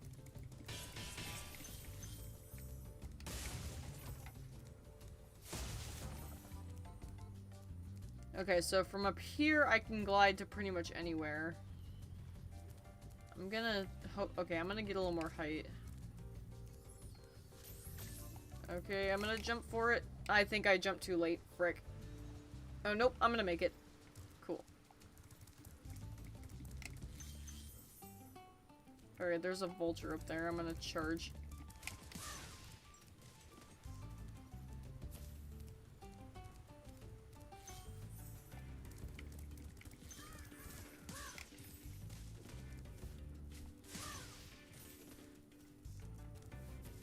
Something I kind of remembered, playing through this game again, is my mom was watching Jacksepticeye play this. I haven't seen it, but she was watching it with, like, my siblings. And she told me how, like, he was almost, like, crying tears of joy and calling Spyro, like, his boy. And she said she was, like, so touched by his reaction. And I thought to myself, you know, that's gonna be me if they ever announce either a Gen 4 remake or an Explorers of Sky remake, or both. If they ever make both, playing both of those games, that's gonna be me. Ow. Come back here, you flying freak. But, like, seriously, no joke. Especially if they announce an Explorers of Sky remake, like, especially.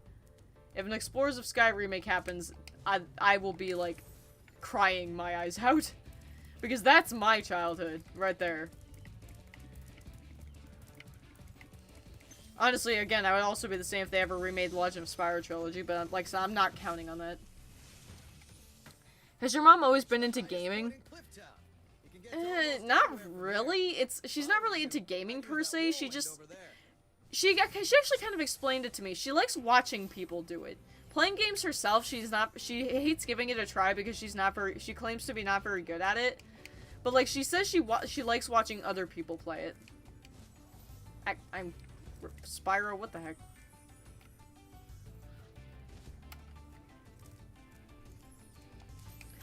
But yeah, my mom is still a nerd though.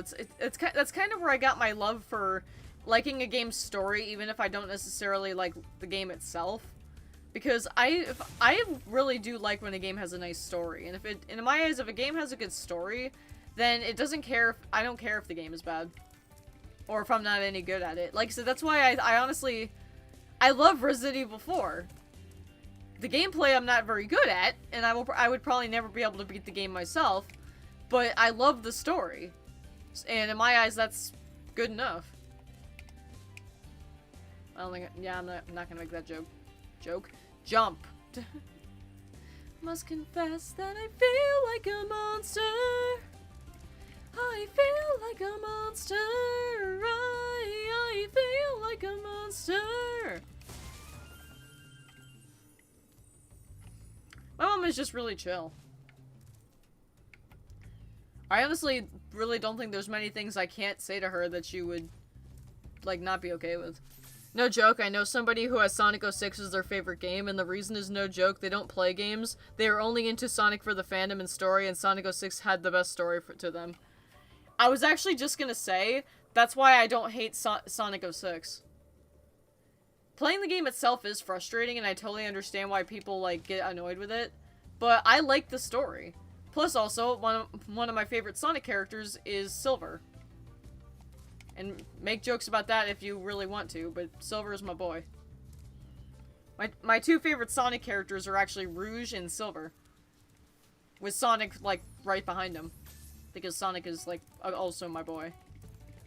And no matter what people say about him, Sonic will always be awesome. Okay, I need to remember how to get to that platform over there. Do I jump from up there? I think I'm supposed to. Yeah, I'm supposed to.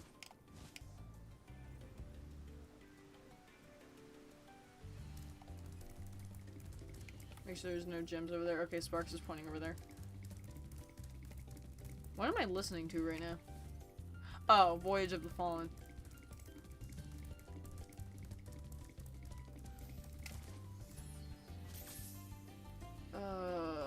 Okay, let me try going over here. Something I do kind of like about this game is it kind of makes you think. Like, you have to try and think about where's the best place to jump. Somebody's genuinely favorite game is Sonic 06. Usually when people say that, it's for memes, but they were serious. Like I said, I'm not surprised.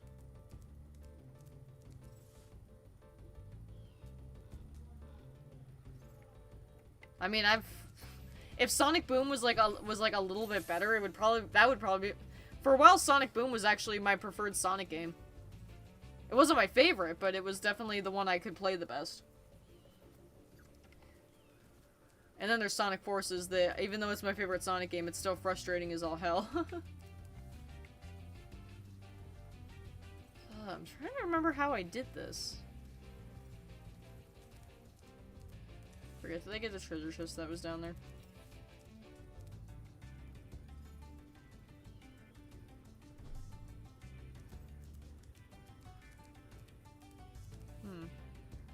So I'm trying to remember how this jump works. Also, where did everyone go? Like, it says 8 people watching, but then it's only been like 1 person talking. Where did you go, Kiki? I actually was tempted to tell you about my streams because I wanted to chat with you. But yeah, I will literally enjoy games mostly for the story and not the gameplay. That's why I actually prefer that in games, is I prefer having a good story. That's part of the reason that older games didn't charm me, is because older games like Spyro 1, 2, and 3 had, like, very little story to them. And that's part of the reason Legend of Spyro is always going to be my preferred Spyro games, is because their story was dark and deep, and that's, honestly, as a kid, that's the kind of entertainment I looked for. I think I am supposed to jump from over there.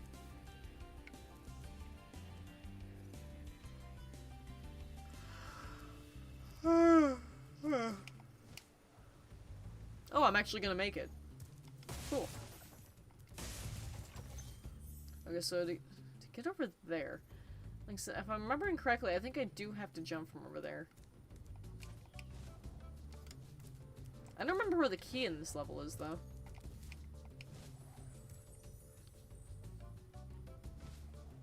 Like I said, when people are gamers, everyone has their own preferred style of game. And no, I can't get to that from here. The perspective on this is so weird too, because like over there it looks like I can make it from there, and then like over, I don't know.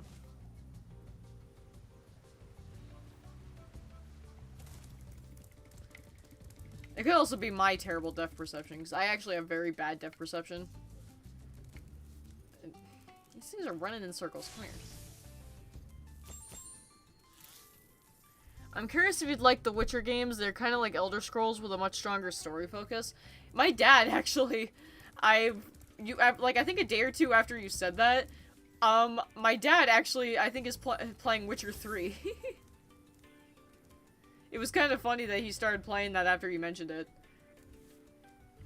He says that he's not a big fan of it, but that's mainly because of the, he says he doesn't like how the menus are.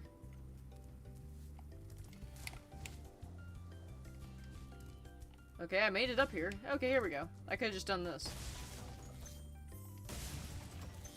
Hey, Colt. Where is the key in this level? Like, so I'm trying to remember. I played this a lot for quite some time, and then now I've, like, forgotten where everything is. Where have I not looked? I don't even know if that is, like, a key chest, because it kind of reminds me of a chest that you blow up with, like, a cannon or something. Behind the castle? Behind the castle. Behind the castle. Okay,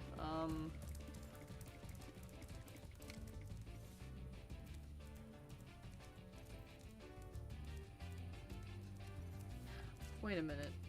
Oh, wait a minute. Glide from the top of the desert hill. Yeah, okay, yeah, I remember now. What am I listening to? Oh, it's Rainbow Dash's song.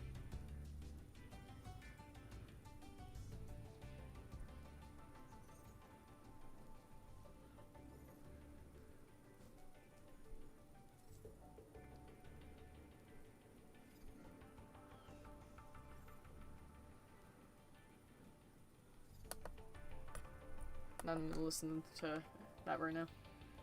When I see early Witcher 3 footage, I played the updated version. Changed the Witcher 3 menus about a year after release. Yeah, my dad said he's not a huge fan of it. Okay, where? I lost track of what I was doing. From the top of the sand hill. I'm so sick of these goddamn ads. I just want to hear the music. The final boss theme from Okamiden. Yes.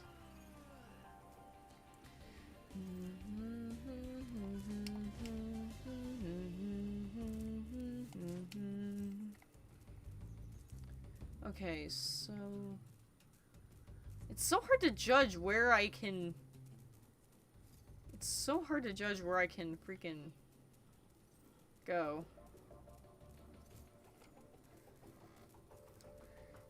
Top of the desert hill. I mean, I'll try.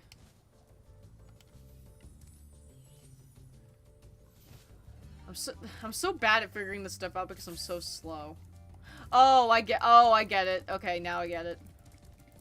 I think, okay, I can't quite do that, but, or no, that's not gonna work. Actually, it might.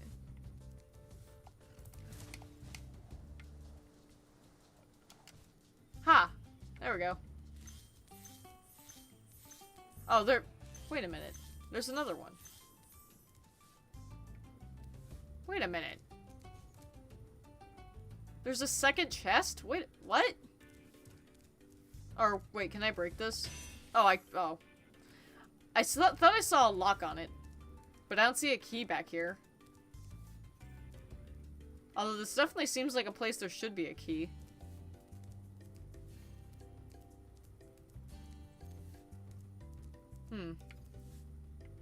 Unless it's like below me or something. Also, how do I get out of here?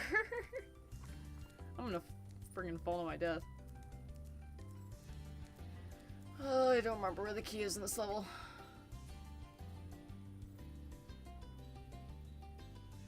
The huge end level building? Oh, you mean that castle. For some reason, this looked more like a castle to me.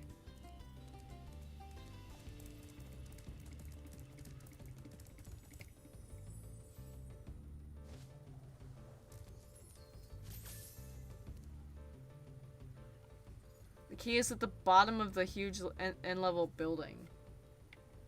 At the bottom.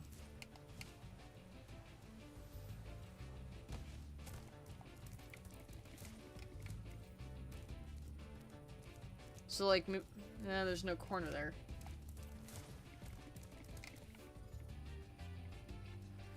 Oh god, this really makes my brain hurt. Like, so unfortunately, because I'm such a simple person, anything that why did I do that? Anything that requires me to think too hard, it gets me too frustrated too quickly, and I don't find that fun. So it's kind of hard to please me with a video game, which is part of the reason I basically relied on Pokemon for so long. And that's part of the reason I got really pissed off when people started, like, bitching about Pokemon being the same every time, because in my eyes, I preferred it. Like, seriously, I preferred everything being the same every time, because, well, when you have autism, you really don't like change.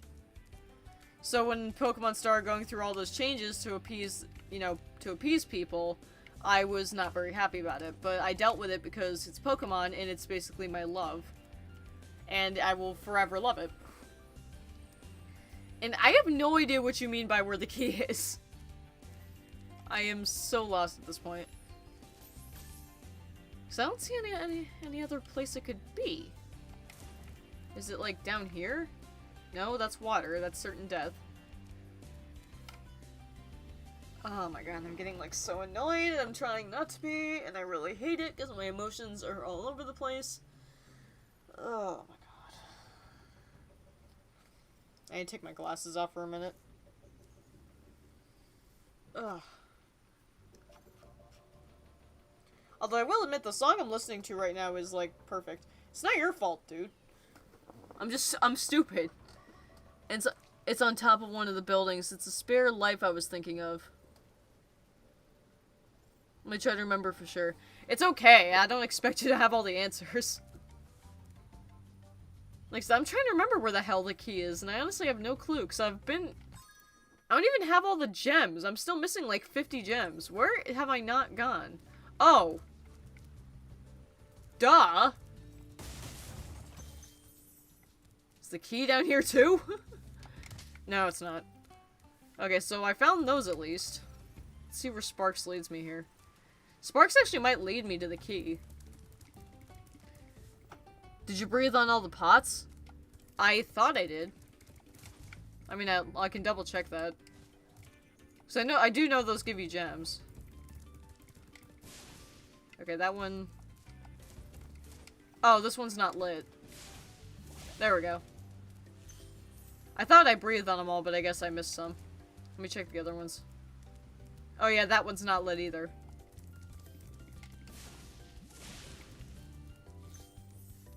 And I'm assuming this chest will have the rest, but like, so I can just find that stupid key.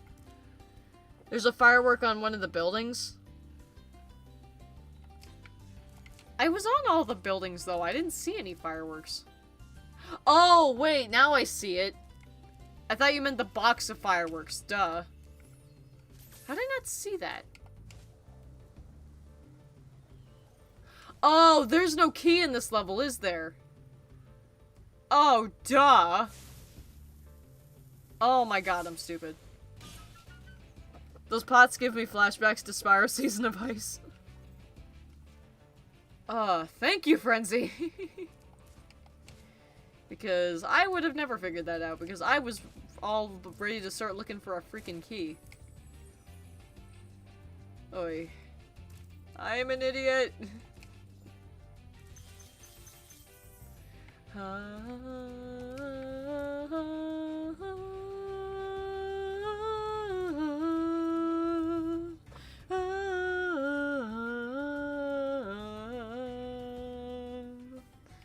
And I'm still missing 7 gems. Lead me, Spox. Oh, pot up there. Duh. That would help. Oh, there's 2 up here.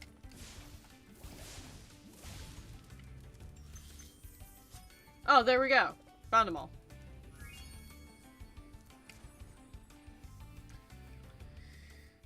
I also just suck at platformers in general, because I never have good timing, but yeah, it's like, going back to what I was saying, that was the main reason I didn't play anything but Pokemon for quite some time, is that I knew Pokemon, and I was afraid to play anything else, because I'm just so not good at things, and I felt comfort in knowing that Pokemon was always going to be the same, which is why I always defended it.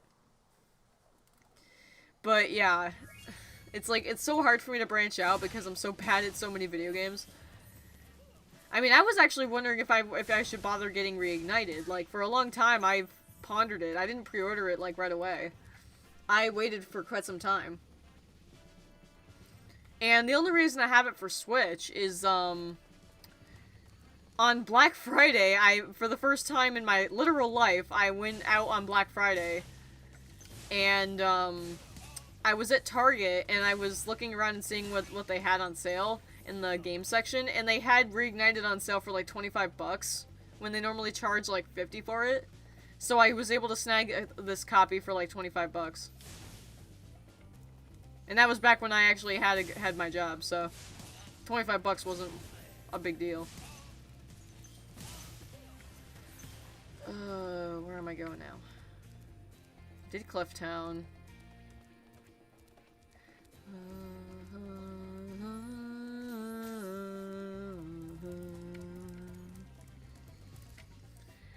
It's also the fact that Pokemon really brought me a lot of comfort as a kid, like, and that's why I'm still so obsessed with it to this day.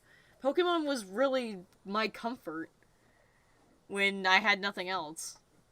My Pokemon plushies and everything else, like, MLP was like that too, but I saw Pokemon in like a whole nother light. Same with Spyro. Unfortunately, there's just not nearly as much Spyro merch as there should be. And any Spyro merch I've heard of, it's like either not sold in my country, or it's like hard to get your hands on, because most of that stuff is only sold in like certain stores. Oh boy, who wants to bet we're gonna encounter some nice old ice physics right about now? My PC copy of Reignited and bundle deal with the Crash remake and one of the Call of Duty games. All 3 for the price of 1. That's actually a really good deal. I did see that, like, some people were getting good deals on getting both the Insane Trilogy and this.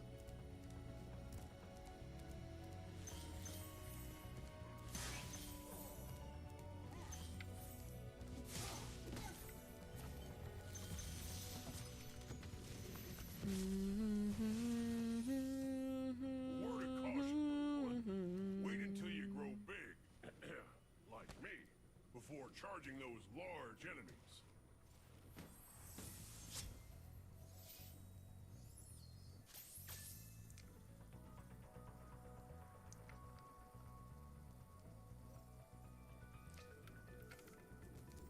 Oh, I've loved Pokemon all my life.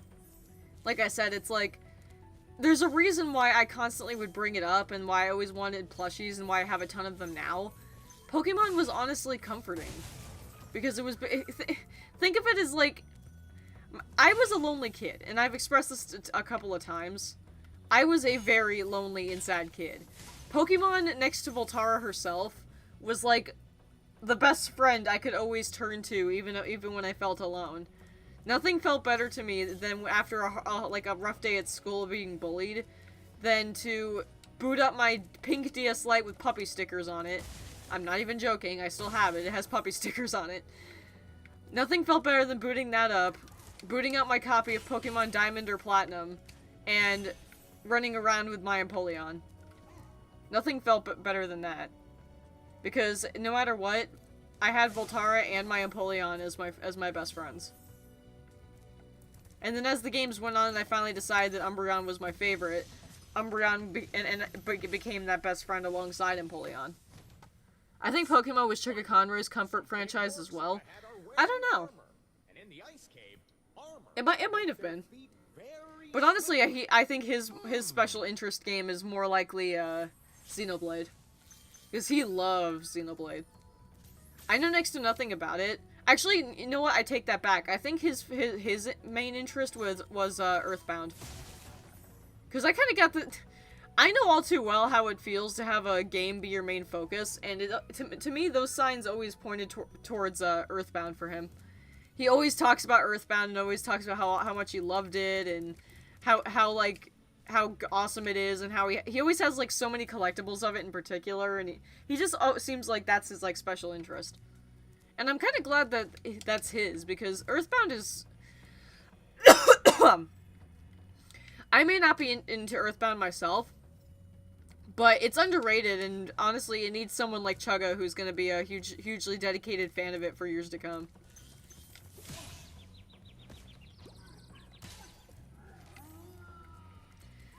I'll launch your dream again, take me till I'm not afraid. I wanna go there, this time I'm not scared. I am unbreakable, it's unmistakable. No one can touch me, nothing can stop me.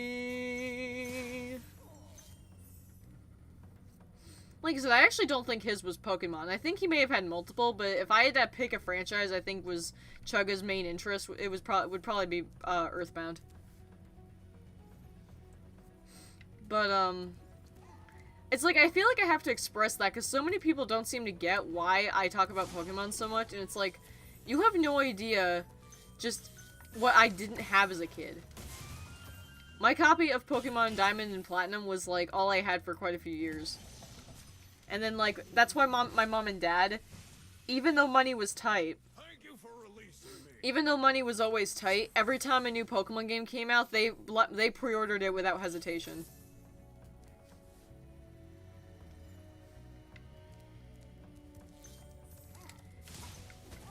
I mean, sometimes they would have to ask me to kind of, you know, help them out a bit, but every time a new Pokemon game was announced, they knew that I would ask for it, and it was one of the few things they gave me without really any hesitation at all. Gotta love the Miraculous Ladybug theme.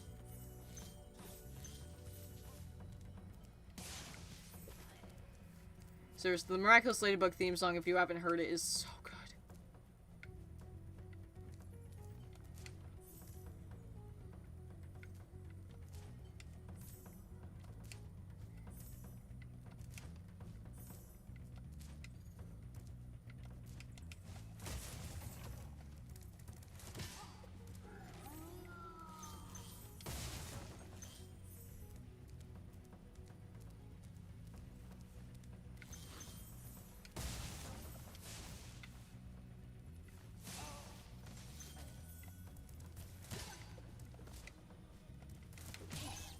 Oh, come on.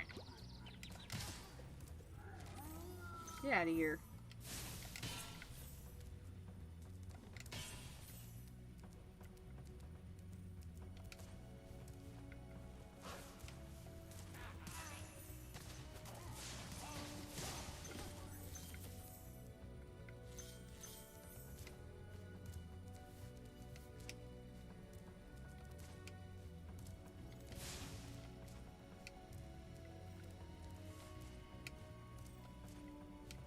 How do I collect these again?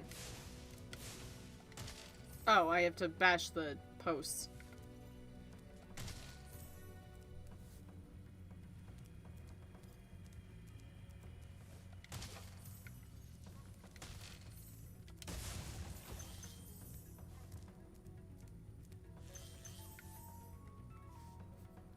Earthbound is just too bizarre for me. The most fun I've had in Earthbound is the tent glitch and Imagine Creepypasta based on Gygus. Oh my god, the tent glitch is amazing. Chugga literally has, like, I think a 45-minute long video of him just doing the tent glitch, and I watch that all the time. It's cool how well Dawn of the Dragon runs on PS3 emulator. It's like having a PC version that never existed. Way better than playing on PS3, not just in graphics, but in input response and fluidity. I wish I could experience that. If I someday, by some miracle, ever end up with a gaming PC, that'll probably be one of the first things I try.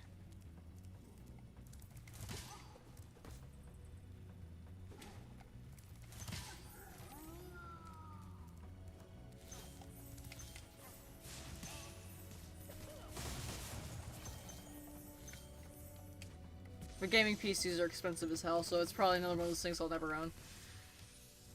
I will probably have to replace my desktop someday, though. Dragons thought you weren't ready, but I knew they were wrong. I'm ready, all right. Ready for what?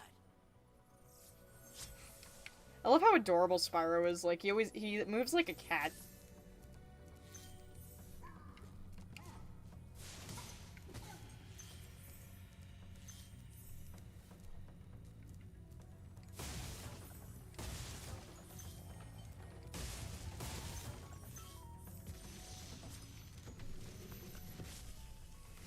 That's also the reason why, like, when my parents finally started to accept that, that I was such a Pokemon fan, it's actually funny. My parents, it's not that they didn't accept it, it's more like they found it annoying that it's all I ever wanted to talk about, and I kind of felt like they didn't accept that. Like, the way they acted because I constantly wanted to talk about it, I felt bad, and it made me feel like they didn't accept my interests for quite some time.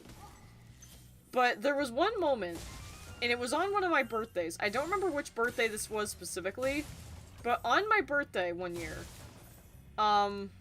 like usual, I had no one at my party, but, they got me some presents, and then they gave me a birthday card, and I still have this card. It was a Pokemon birthday card, and then when I opened it up, it played the theme song of the version of the anime that was running at the time. It was the Diamond and Pearl section of the anime, and I still have this card, and it still works, and still plays the theme. And the feeling I felt as a kid that day was unmatched, because I felt like they finally accepted, like, who I was at that moment, and that was just, oh man. That was such a good feeling, and like I said, I still have that card. I think I actually have it, like, right over there on my shelf, like, I actually know where it is. And it still plays the song. And the people I forgot. Everyone without another thought. Know a single thing I may say, it's been this way to this day.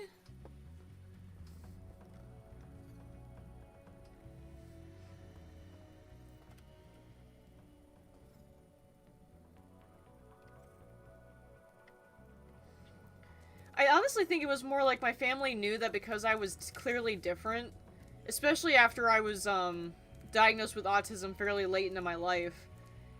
I think after that they kind of came to slowly realize that Pokemon was not just, like, a video game that I was obsessed over. It was literally my way of comforting myself with how hard my life was.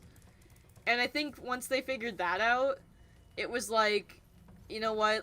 Let her have it. It was just something they kind of were like, let's let her have this.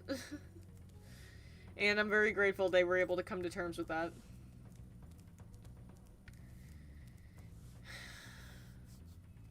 I don't mind kind of spilling my guts to y'all, because this is stuff I've kind of wanted to talk to somebody about for quite some time, and you guys are cool. So I'm okay with, like, telling you guys this stuff.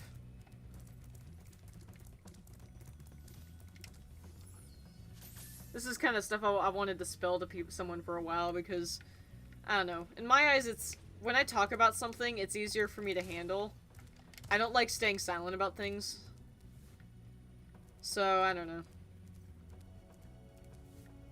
There's like this hole right in the middle that makes me think I should drop into it.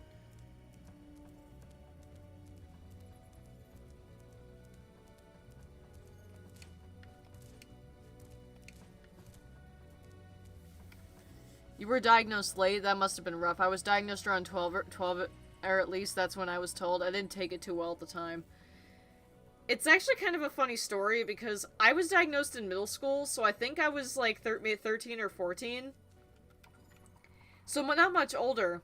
But the thing is that because I was a very slow and clueless, naive kid, and I still am to this day, it's just part of my personality. I never really knew what was happening. And I think my parents kind of preferred that, to be honest with you.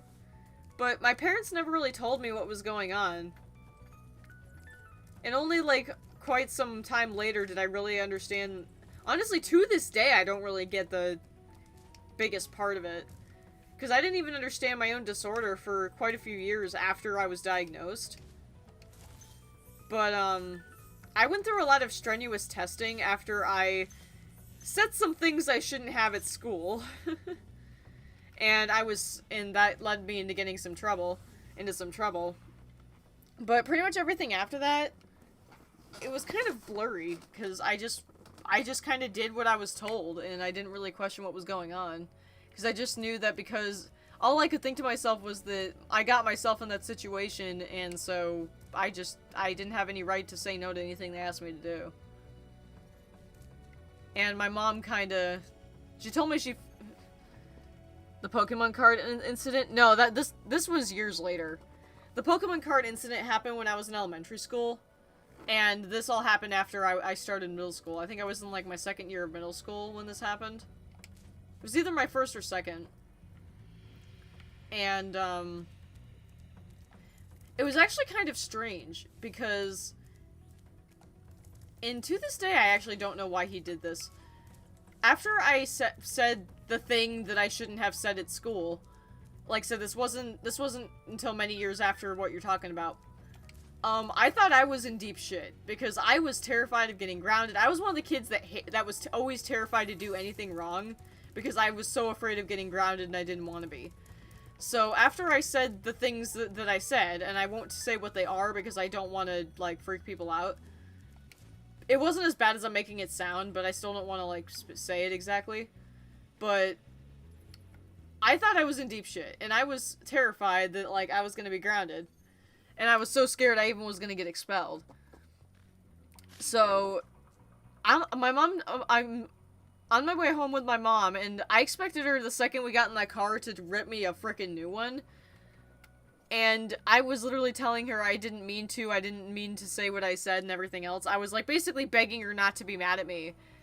And I looked at her, and the look on her face was not what I was expecting. I was looking at her, and she had this, like, look of sadness on her face.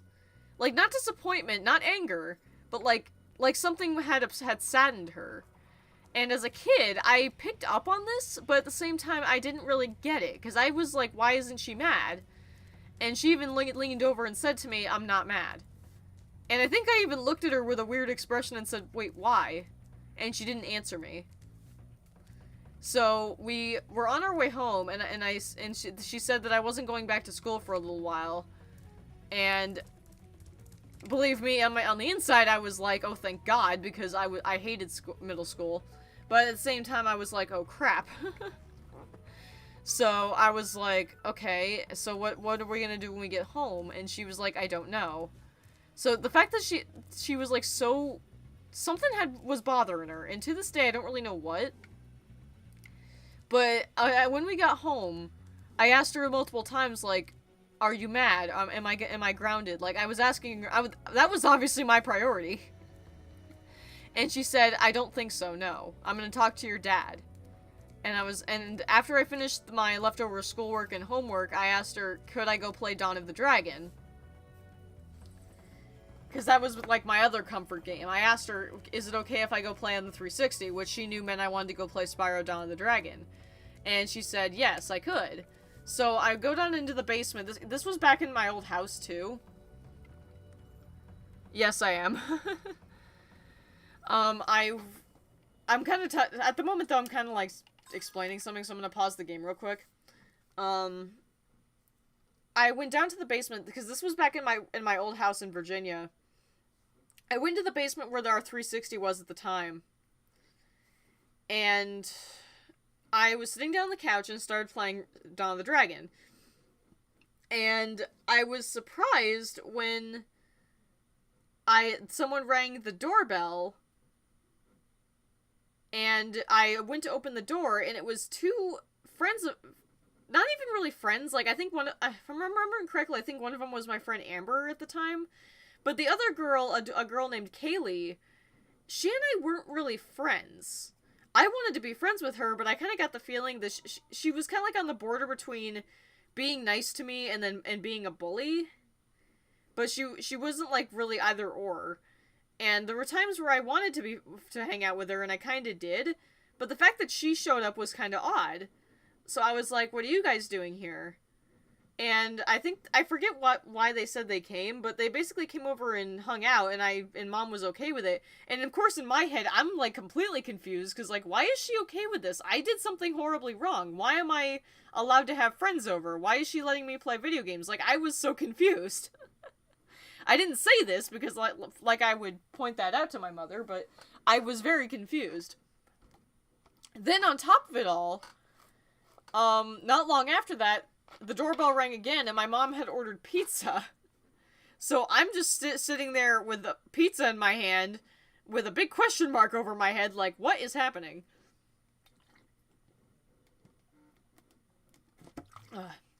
Sorry, I needed a drink. So I even told my friends this, and I noticed that when I said this to Amber and Kaylee, when I expressed why I was confused that after I did something so wrong, I was basically being rewarded, they both legit got that same look on their face that my mom did. And again, I picked up on that. But I was like, why are they... And I kind of looked at them back by tilting my head, and they just said, it doesn't matter, it's okay. So I'm just like, okay. So after we play and watch Danny Phantom for a while, because eventually I switched to playing Danny Phantom off Netflix, because it was on Netflix at the time. Eventually they had to go home. So they do that, and then not long after that, my dad comes home, and of course I'm absolutely, like, terrified the second he walks in the door, because I know he's gonna rip me a new one. But once again, he didn't. He actually came in there and saw I was playing Dawn of the Dragon again and said, you're playing this again? And I was like, yeah, is that okay? And he also had that same sad look on his face and said, yes, that's okay. But I also did get you something. And he had a GameStop bag in his hand. And I was like, huh? And he pulled out, and of all games for him to pull out, he pulled out this double pack of, like, Viva Pinata and Banjo and Kazooie Nuts and Bolts, which I didn't know either of those franchises at the time. But he said that he got me this to try and help me. And I picked it up, and I was like, I basically, in my naive and not understanding anything state, I basically said, oh, thank you, Daddy, and gave him, like, a big hug and started trying to play it. Emphasis on tried. But, yeah, after that, he went upstairs, and I just kind of stayed in the basement for quite a while, and then, as far as I know, I just went to bed like nothing had happened. But basically, after that day, I kind of understand a bit better as an adult what happened. But even so, I still don't really get it. But basically what I think happened is that something I don't remember was when my mom, when my mom was in the office with me and my teachers were talking to me, I think they were telling her, like, I needed to be mentally tested for mental disorders or something, and I just didn't register it. But after that, I had to deal with a lot of, like, testing from different therapists. I took, like, an IQ test, multiple tests to determine if I had any mental disabilities. Even, like, psychiatric evaluations from the county. But honestly, in my head, it's like a blur. And all I really remember is just constantly being brought to different offices, sitting down on benches, having people stare at me, and then, like, taking a bunch of tests. And I didn't get them at the time, and I overthought them and probably screwed them up in reality, but I now kind of know it was to... The whole reason they treated me so well that night instead of grounding me was I think they realized that I had a disorder that they didn't know about all this time. And after years of elementary school and people not really knowing what to do with me, I think they, like, I don't know if, I don't want to speak for them, but I wonder if maybe they felt bad.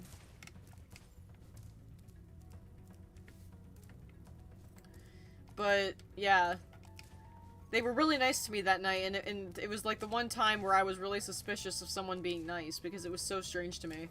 But then the second my dad came in with a video game, I kind of just threw all that suspicion out the window.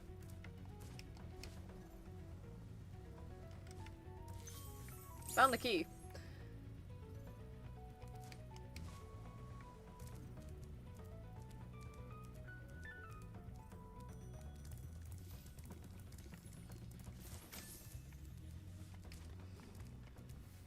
I respect you a lot for talking openly about subjects like these. I think that's actually quite brave. I can empathize somewhat, actually. The thing is, though, it wasn't really bravery. I mean, sure, I was kind of scared because I wasn't sure what was... I was more afraid of what was going on because I wasn't aware. And my parents didn't really tell me. Not that I really probably would have understood anyway, because, I mean, I was... Imagine me right now, but much younger. I understood very little of what was going on. But I just did what I was told. I wasn't really brave, per se. If I understood the gravity of it, then that would have been bravery, but really, there was no point in trying to say I was being brave, because I didn't know what was happening.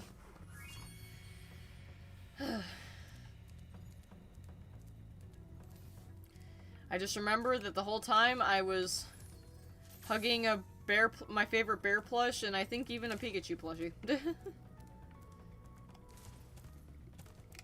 And then once I was finally diagnosed, it really is sad, and I do kind of regret this, is that it was hard on my parents, but I didn't notice. I didn't even really know what it meant until recent years. Like, I didn't even really know what autism truly was, or how much of it really affected my personality, until, like, the last, like, year or so. That's that's literally how unaware I was. Even as an adult, I didn't even realize what my disorder was. And I don't really think it was my parents choosing not to tell me. I think it was just more like... I honestly believe it was more like they just knew I wouldn't understand. In some ways, you remind me of Chicka Conroy based on how we described his childhood. Unfortunately, our childhoods probably are very similar. And that's why I sympathize with him. And that's one of the biggest reasons that if I ever see him in real life, I'm just gonna give him a big hug. Just tell him he ain't alone.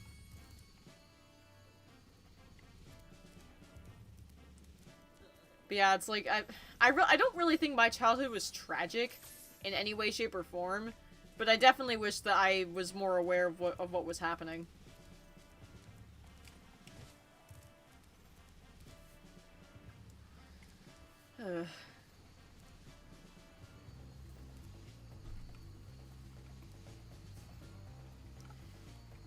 There was one, like, majorly traumatic moment in my childhood, but... Spyro looks really cool coming out of those portals with the sunglasses. I know, right? The Pride sunglasses.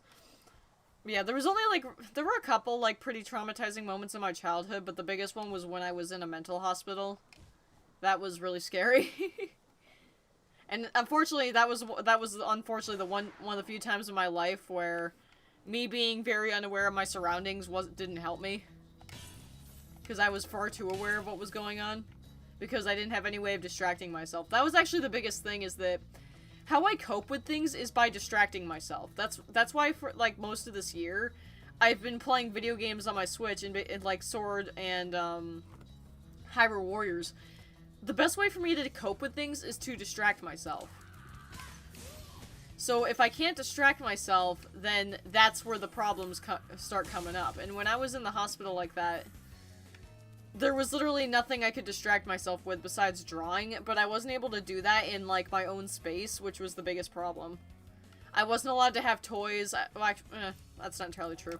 I could have certain kinds of toys. Ow. but I couldn't have, like, I couldn't have my favorite stuffed toys, I couldn't have my video games, I couldn't have my music, I couldn't have, like, I could have puzzles, and I could have books, which having my books definitely helped a little bit, but even then, it's like, it was not fun. Plus also, I've gained a very bad phobia of needles over the years, and, yeah, I was constantly terrified that they were going to, try to take my blood again, because that's actually what triggered this trauma, is that now I literally can't- I am absolutely horrified at the thought of getting my blood drawn. And that's not a joke. It's like, I literally can't even bring it up. Like, if someone talks about blood, veins, or needles, I actually will instinctively rub the arm where they did it. And that's literally just because it's uncomfortable for me to talk about, where I instinctively rub the arm that they did it at. And I was so terrified they were gonna do it again, because they were doing it with other patients. So I was absolutely terrified that they were gonna do it to me again. And the reason why doing it to me again would be even worse is that I wouldn't have my mom there. I was able to deal with it the first time because my mom was there. But my mom couldn't be with me all the time, which was another horrible rule that they decided was a thing. So if they decided to take my blood again, I probably would have lost my shit. Like, I actually probably would have fought. And that would have been the first time in my life I actually fought an adult. But thankfully they never did do that. But it was just as painful though, because they never told me whether or not it was going to happen, because they actually told me that it's possible they may need it at some point. And it doesn't help too that if you lashed out or started arguing with staff, they would basically threaten to sedate you, because they threatened to do that in a phone call with my mom. In a phone call with my mom, I was crying, and they threatened that if I didn't calm down, they would have to sedate me with a needle, and yeah, that didn't help. I can empathize with coping by distraction. I find hospitals really scary because certain childhood events, I can imagine it would suck. Reminds me of when they tried to discover my gluten and milk allergies by taking like 5 blood tests in 5 different hospitals. How many tests do they need? Oh, God. But yeah, this wasn't even like a regular hospital either. Like, if it was just a regular hospital, I would have been fine. But this place really gave zero shits about you, and it really sucked. Plus, it also didn't help that I didn't feel safe there at all, because I was without any kind of security, and all the girls in there were, like, freaking terrifying. Because most of them were in there because they had done, like, drugs, or prostitution, or things like that. And so, I can't explain the emotions that come up when a 14-year-old who doesn't yet know that she's asexual, who is a virgin with a boyfriend at the time, gets asked if I'd had sex yet by one of my roommates. That was highly disturbing, and this one particular girl just would not leave me alone. So it was really irritating. And one of the other girls had to actually tell her to bugger off, because that's how bad she was being. Because most of the other girls wouldn't really care if the others... I mean, granted, this other roommate was probably my closest thing to a friend in there. She was pretty awesome. But, oh my goodness. This one girl just would not leave me alone. And we actually got to the point where I asked that she be moved. Because I didn't feel safe sleeping in a room with somebody who asked me if I was a virgin. It's like... who asks that?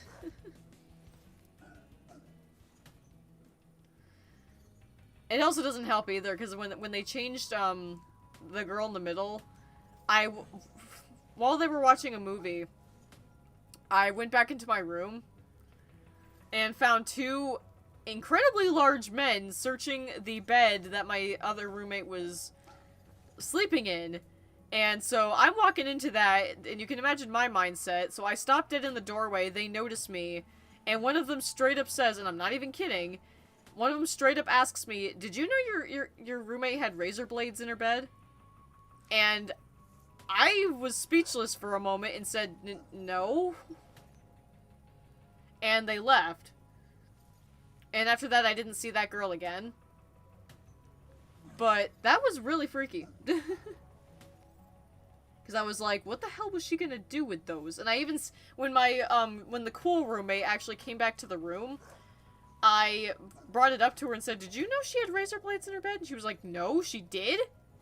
And she was like, and I was like, yeah. And she looked at me like, oh god, do you know what she was gonna use them for? And I was like, I have no idea. I hope not what I'm thinking. And we kind of made a joke about it, and I think we went to bed after that. But yeah, that was,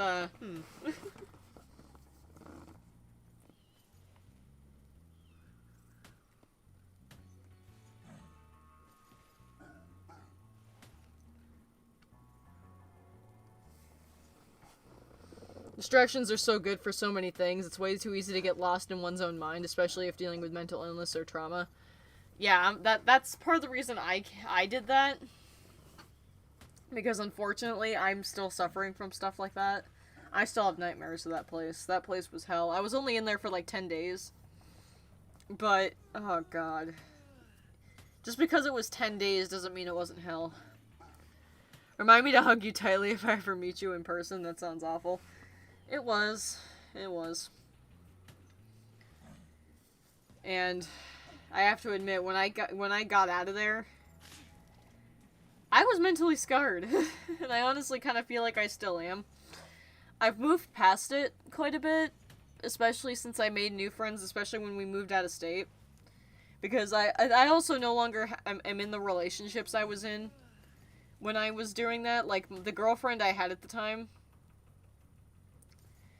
Like, I think between that I had, like, a boyfriend and a girlfriend, but I'm no longer in either relationship. My ex-boyfriend was a good guy, and I still care about him very much. Because he had it rough, too. He had a rough life. But my ex-girlfriend, I was glad I didn't have to deal with her anymore. She was toxic. And it's really sad, too, because, again, talking about my innocent mindset, my ex-girlfriend liked to take advantage of the fact that I was very naive. And I didn't notice this until I was much older and was done with her. But she basically would take advantage of my kindness and take advantage of how much I cared for her and basically squander it for really nothing.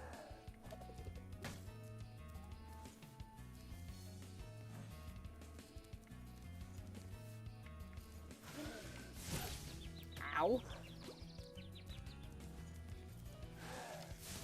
Ah, damn it to hell.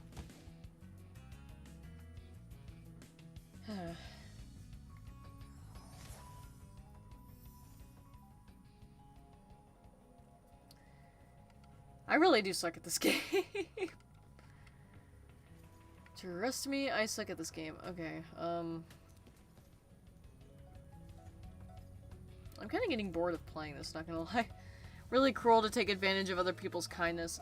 Well, basically what she would do is she would, like, make me compete for her love. Which, again, like, keep in mind, as a kid, I wasn't too experienced with a relationship like love. So I wasn't too, like, aware of the kind of things I'm aware of now. But, she, like, for instance, she cheated on me twice. But I thought nothing of it and was willing to forgive her. But the first time, she told me, like, fairly quickly, and I told her it's okay, just take your time. Because she also had other trauma of her own that she was dealing with, so I wasn't too, like... I was sympathetic. But the second time she cheated on me, she ghosted me. Because I wanted to shoot her a text in the middle of one of my classes, and this was in high school. I shot her a text, and she never answered it, so I was like, okay, that's weird. So I sent her a few more, and she still wouldn't answer them. So I was like, what the heck is happening? So I went on to Skype, and she had blocked me. I went on YouTube and I couldn't find her YouTube channel. So I was like, what is happening? And her DeviantArt was deleted. So I was freaking out because she randomly disappeared off the face of the earth and then didn't tell me. And I was worried that, like, something had happened because she told me about how her parents abused her, although now I'm wondering if that was all a lie for sympathy. But I was worried that, like, her parents found out that she was dating a girl and then, like, took her offline or something. I was terrified for her. I was utterly terrified for her, I won't lie. I was so scared that that something was going to happen to her. But then finally after, and it was really heart-wrenching too, because the final straw that broke my heart was after I sent her a bunch more texts, someone texted, I got a response, but it wasn't her. The response said, "Who are you, and why do you keep texting this number?" And I said, "I'm trying to reach my girlfriend. Is this her parents or something?" And they said, "No, this is a new number." And I was like, "Are you kidding me?" So not only did she ghost me online, but she also changed her phone number and then didn't tell me. So that sucked. And I think it was like months before she messaged me again, and she explained to me that she started dating somebody else, and that person basically refused to... Basically, that this person made her choose between her or me, and she chose her for some reason. Like, that broke my heart. She literally had a choice between me and the person who... And keep in mind, this was a choice between a person who cared about her deeply and loved her, and someone she had just met, and she chose the person she had just met. And she explained to me how it, like, basically when she finally responded, she told me it was because she finally was able to break away from them, and she made a huge mistake. And I was heartbroken after that, and it was hard for me to, like, give her a second chance, but I did, because I was just that desperate for love. And then eventually she messaged me, I think a couple months after that, on Discord saying that because of what she was doing, she didn't really have time for a relationship anymore, and she wanted to break it off. And that shattered me. Why do you want to know my name? It's sad when people who have a lot of trauma end up on the wrong path. You want to sympathize with them, but you just can't ignore their bad actions. Lily Orchard in a nutshell, pretty much. Don't get me started on her. But, yeah, so she basically decided to finally break it off after literal years. I was in love with her for most of my teenage life. Like, ever since middle school. Ever since I broke up with my boyfriend in middle school, I was head over heels in love with her. Well, why do you want to know my name? I don't need to, like, say it to everybody. If you can't give me a reason, I don't really want to say it. Like, why would you want to know my name? But, yeah. So the fact that I was basically in love with her for that long and had to, like, fight for her... Okay, relax. What do you mean, relax? I'm not mad at you. You realize I'm not mad at you, right? I just wanted to... I just asked you why you wanted to know my name. Can you answer? Like, are you just curious, or what? I'm not mad. Reminds me of a little of a friend I had throughout elementary who I had to ditch because he had bad habits, to say the least. Well, like I said, it hurt me even more because I spent so much of my childhood chasing after her, and she just, like, gave up on me. Like, that friggin' stung. I forgot to mention this was also a long-distance relationship, too. And the sad thing is that's not even the end of it. I no longer have contact with her because I deleted her from my Discord. But how long did you know them? Years. I was in love with her since I broke up with my boyfriend, like, I think 3rd year of middle school. So I was dating her for quite a while. But the kicker here... Oh god, I can't believe she did this. I don't even know why she thought this was a good idea. I guess she maybe thought this would be, like, a good way to reminisce, but it just hurt me. a long time after that, she sent me a message on Discord, sending me a picture of a certain thing, I'll explain in a minute, and saying, oh, look what I found. And after seeing that, that's what made me finally remove her from my Discord, because it really did prove that she did not understand how much she had hurt me. The picture she had sent me was of a letter I literally sent to her when I was, like, first starting to date her as a kid. I sent her a letter basically trying to prove to her that I truly loved her and wanted to be in a relationship with her.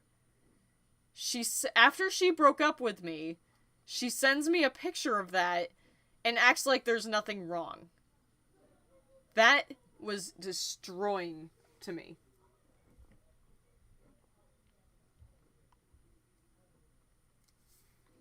And that was further proof that she did not care at all about what she had done. So that was finally what ended that for me.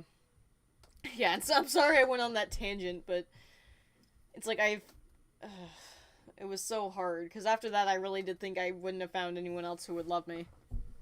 It was hard. The whole reason I brought this story up in the first place is that's really how naive of a kid I was, because I didn't pick up on those signs. If I was, like, the age I am now and someone tried that, I would have known instantly. But, she was heartless, honestly.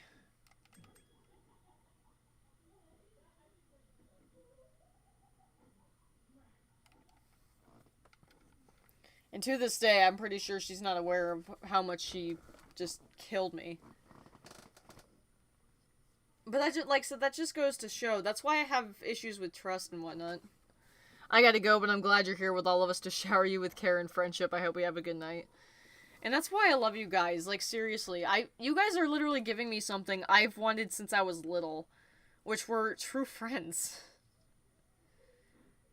People who legitimately care about my well-being and mental state is something that I've wanted since I was little. And honestly, I'm just sad it took this long to finally obtain that. For being so open about things like this. Well, from my perspective, when I tell people this, it makes things a lot more understandable about me. Because there can be a lot of depth to people that you really don't see. Like, and in my eyes, when people tell me this stuff, it gives me, like, a whole new perspective on how things are for them. So I do the same, because I feel like, well, now people can truly understand, like, what kind of a person I am. And it's like, sure, me being naive and kind has, like, screwed me over a lot of times, because people like to take advantage. But has that stopped me from doing it? No. Because I can't live any other way. I prefer being as naive as possible and being kind, because that's just who I am. So it's like, I don't know.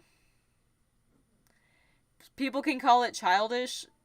Some people can call it me being stupid. But that is exactly why I respect you for doing it. I'm honored that you respect me.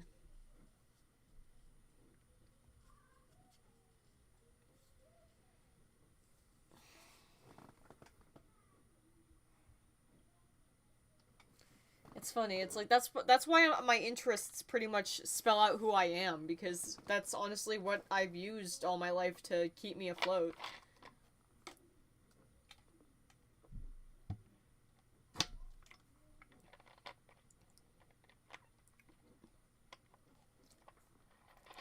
That also kind of explains my love for animals.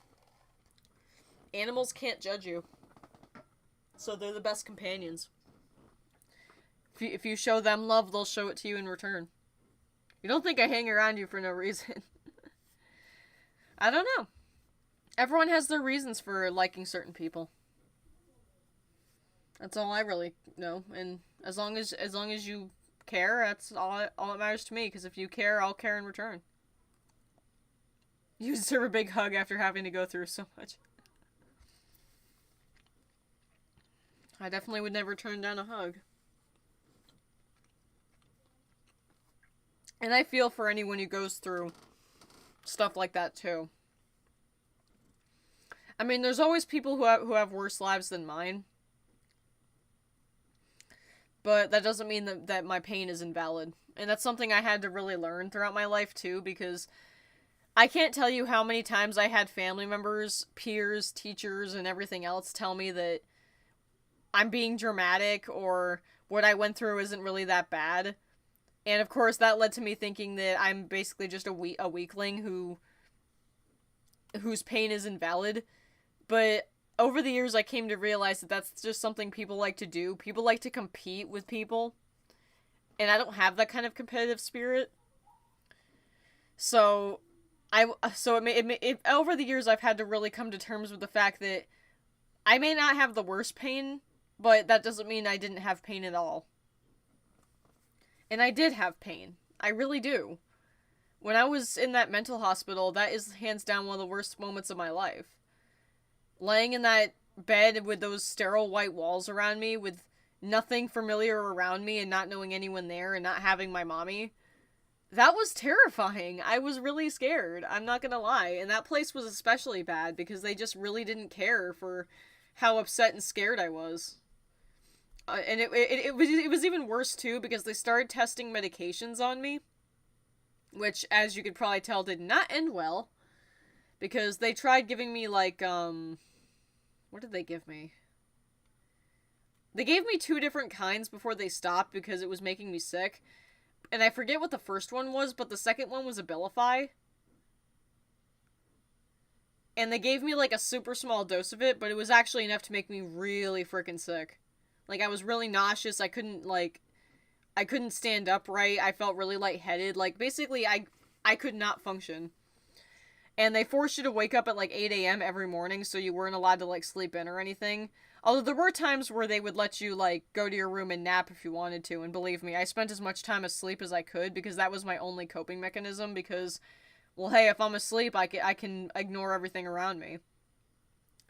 But I got up this one morning after they made me take Abilify, and we went to, like, this morning meeting type thing, and I was sitting in the chair, and I was literally feeling like I was gonna vomit. Like, I was so nauseous, and I asked if I could leave, and they told me I could, so I'm, like, on my way back to go to my room, and my memory blanks out for a moment, and the next thing I know, I'm lifting my head off the floor, and I knew immediately what had happened, because I've passed out 3 times in my life.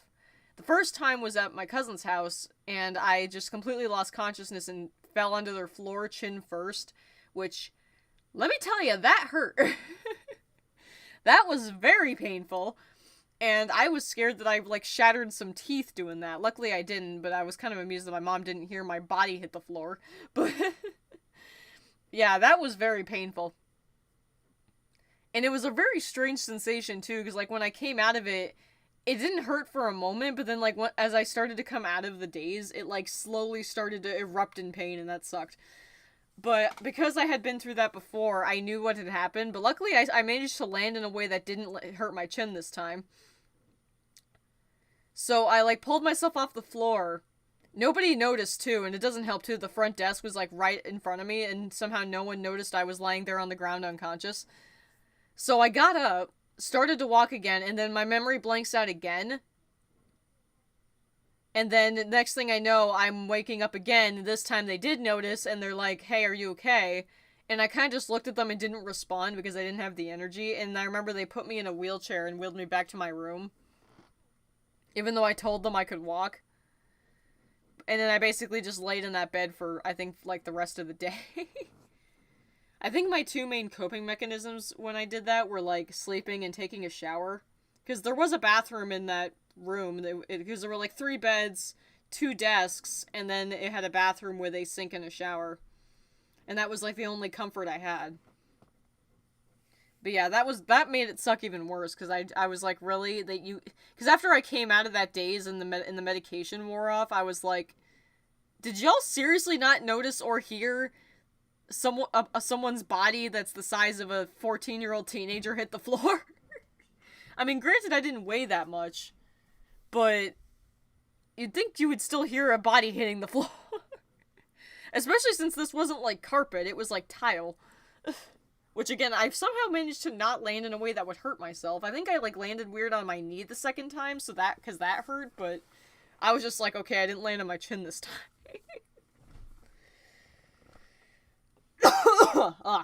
My throat's dry. But I've kind of wanted to talk to a group of people about this for a while, because I want people to realize that this shit exists, and it's very much not fun. Although, I do remember the food there was pretty good, though. That was another, like, small comfort of mine, is I got to look forward to lunch every day.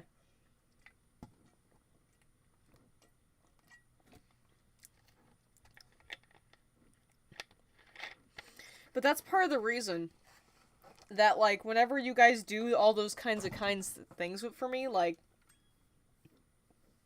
when you guys draw me pictures, or when you guys freaking, like, send me that kind of money for some reason, or when you guys get me games to stream for you, it's like, the Switch entered power saving. Yeah, it did.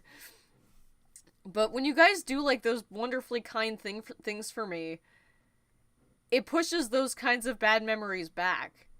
Because those kinds of bad memories, too, tend to pop up when I'm alone. And that's why quarantine has been so hard for me, because if I don't have people around me, all I can think about are basically bad memories like that.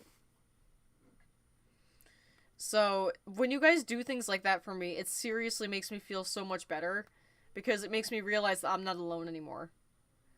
Because I've told my girlfriend this. I'm materialistic, so I express how much I care by giving people things.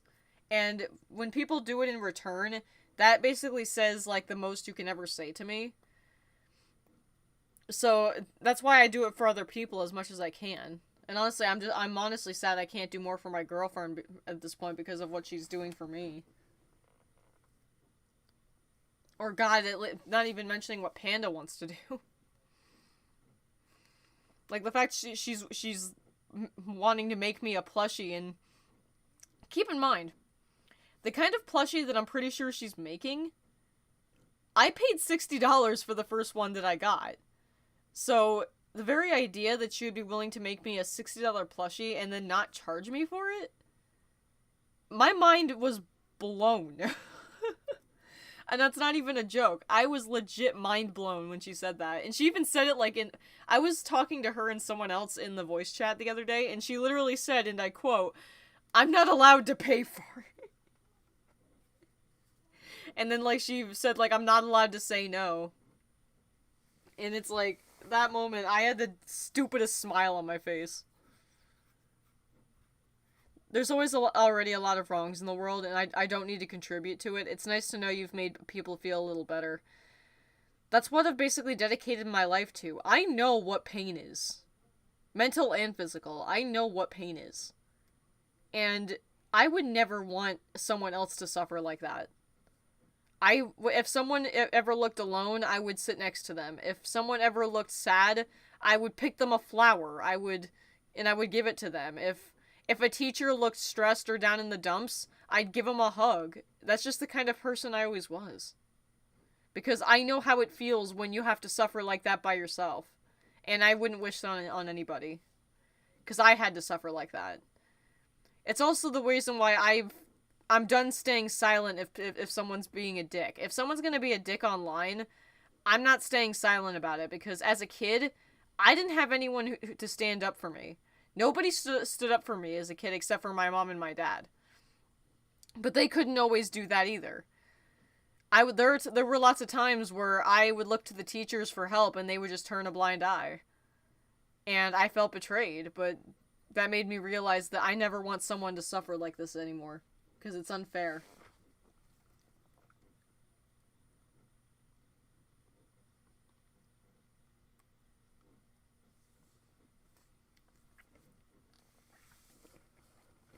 Unfortunately, I did. For as talkative and loud as I am, I did a lot of suffering in silence because I just had nothing. There was nothing I could do about it.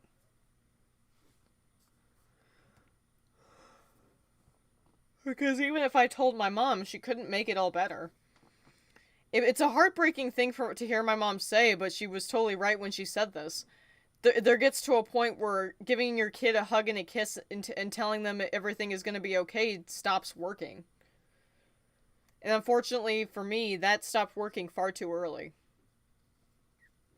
But at the same time, though, I still, like, I was like a combination. I was aware to some extent of, like, how bad things were, but at the same time, I just was so naive and wanted to enjoy things that I just didn't let everything get ruined. But once I became an older teenager, though, it's like everything just started crashing down. And as a young adult, it's like it's so hard for me to crawl out of the dark pit I've fallen into. I've seen that in you. That's why I wanted to help you. There's a certain kind of strength in trying to stop people from experiencing the bad things you've gone through yourself. Well, that's how I feel with my siblings. Like, my brother is a lot like me in the naive department, but he already gets shut down by people, and I feel bad for it. My sister has a lot of the problems I had as a kid. She feels like nobody loves her, and she feels left out, and it's like, I really do relate to my siblings, so it's like, I really hope that I can help them. Because I do not want them to suffer like I did. Though thankfully my brother's already diagnosed with autism, so he's not going to be diagnosed late like I was. And my sister doesn't have it, thank God. And we don't know about Brennan yet. He may not have it, and I hope he doesn't, because he doesn't need more problems. He's already got a heart defect, but...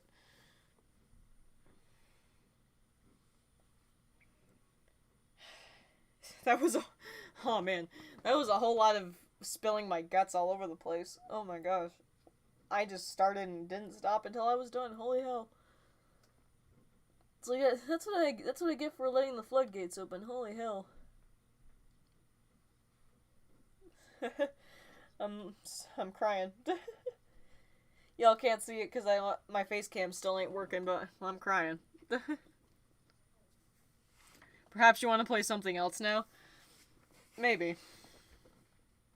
What do I even want to play? I don't even know.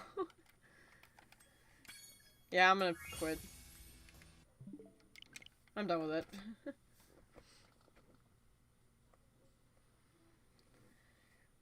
Well, it's also the fact that because you guys are so, like, involved, I feel like I shouldn't hide this stuff from you guys because it'll probably, it'll get brought up eventually, and I don't want it to be, like, a turn-off. Because, unfortunately, I've seen that a lot of people can get turned off from talking to me because they hear about this stuff. And that breaks my heart. And where did I put my Switch case? Oh, there it is. But it's also, like I said, some serious perspective on me, and it I hope it also kind of explains why I'm a bit of a why I'm a bit of a depressed mental case. Aw, thanks, Manuel. I appreciate it.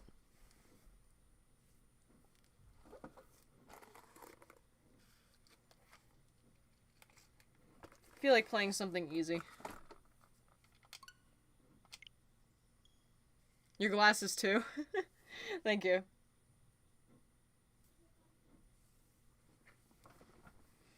But yeah, it's like I never want to go back to that. It doesn't help too because I've been threatened to go back to that they would put me back in that place at some point. But every time that just scares the shit out of me.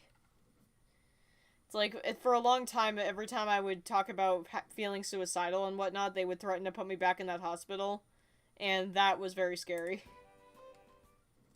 Hence why I said I've kind of eventually felt like I had to suffer in silence. And like I said, I still struggle with these thoughts. Because, and this might get a bit deep, so I apologize in advance, but honestly, I've told people that the entire reason I haven't, the entire reason I'm still here is because I'm too afraid of death and pain. Because I'm too afraid of, like, what's after death. Like, I'm too afraid of hurting myself, so that's, like, one thing, but, like, I'm too afraid that, like, there's nothing after death, and I don't want to know. So, basically, because I refer to myself as being too much of a coward, I basically feel like I'm trapped in a life that I honestly would love to just give to somebody else who needs it more than I do. Like, someone who is dying of a terminal disease or having, like, a horrible time in their current life. I would gladly just let them have mine, just so I could stop the suffering. And I've thought this on multiple occasions, and honestly, this is another one of those things that I constantly think about. Because it really does feel like sometimes I'm just trapped in a life I don't want.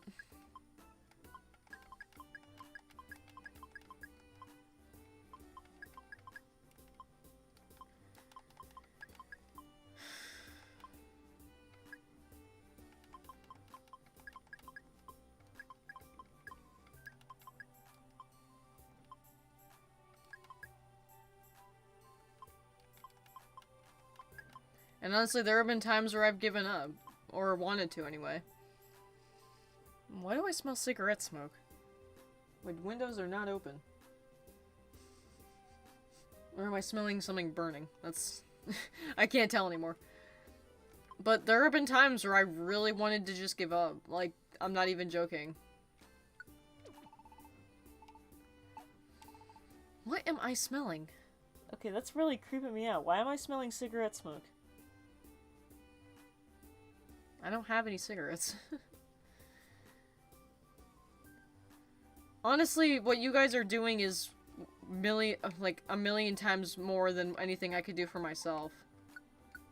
That's why I'm also telling you guys this stuff. This is how much it means to me when you guys do this stuff. Being my friends and being so sincere. You guys have no idea how much that means to me. Because it quite literally makes my life worth living.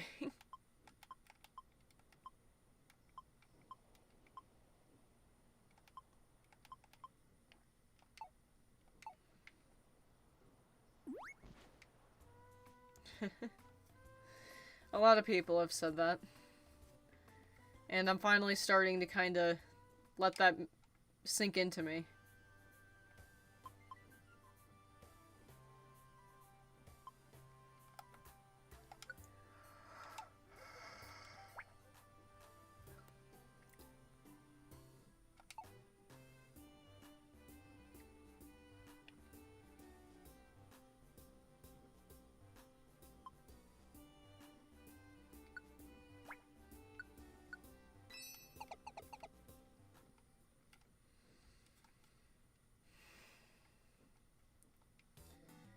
Honestly, the only things that really continue to torment me are my own lack of self-esteem and my own memories.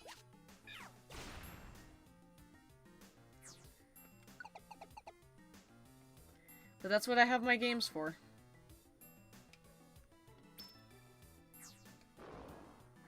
Like I said, I just distract myself best I can. It's part of the reason I'm so excited for Crown Tundra, is I can't wait to have that as a nice distraction. Especially with me being able to have my Sinnoh legendaries back. That's gonna make me so happy.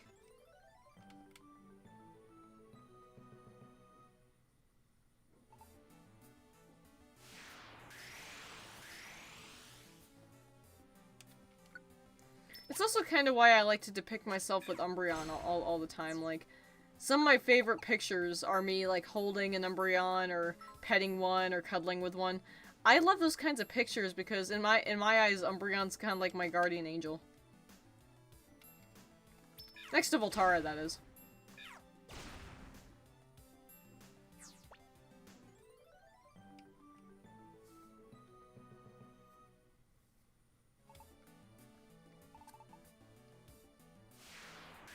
I don't even know how many who's still watching at this point. And I hope I haven't freaked anybody out. But people really are deeper than you think. A lot of my friends suffer from similar things.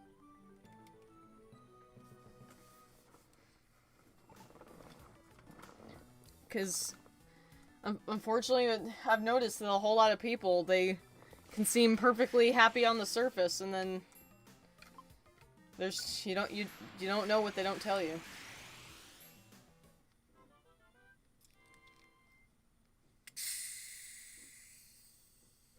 need some Mountain Dew, badly. Oh jeez, it's 12 o'clock already. Oh, I've been streaming for like 3 hours. Hot damn.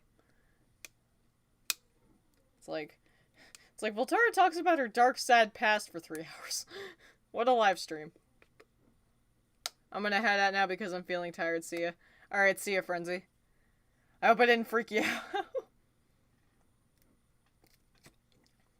This still tastes like liquid nerds.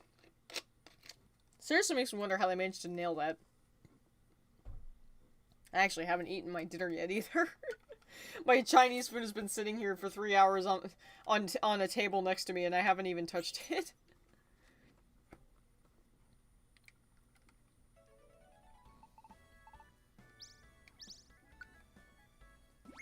Speaking of my childhood.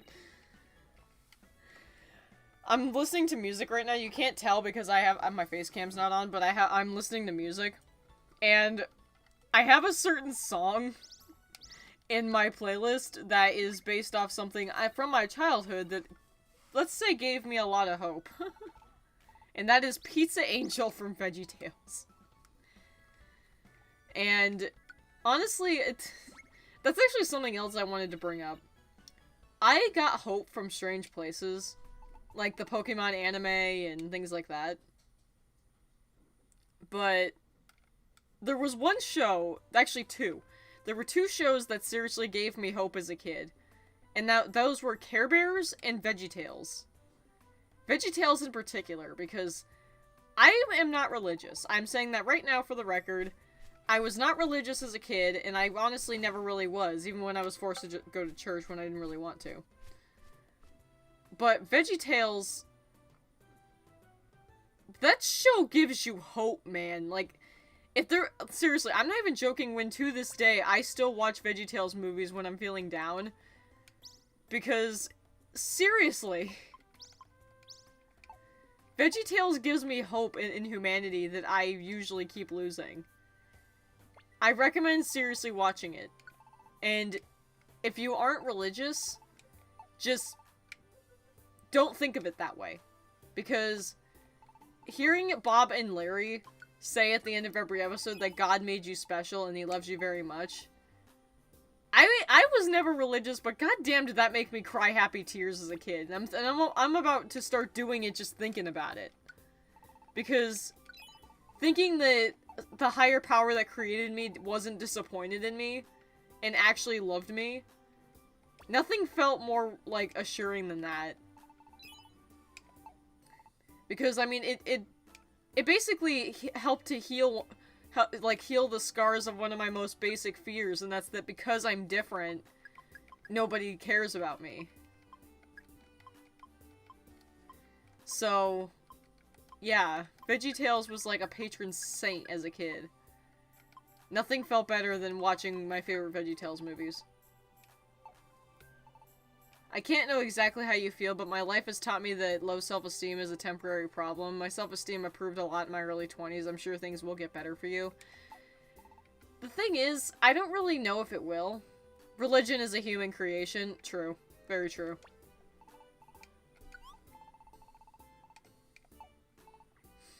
But, honestly, I don't know if my self-esteem will ever improve, per se, or at least get completely better. Because I honestly prefer being modest. And I think it's definitely preferred by you guys if I'm, you know, modest and incredibly, and I freak out every time y'all do something nice for me.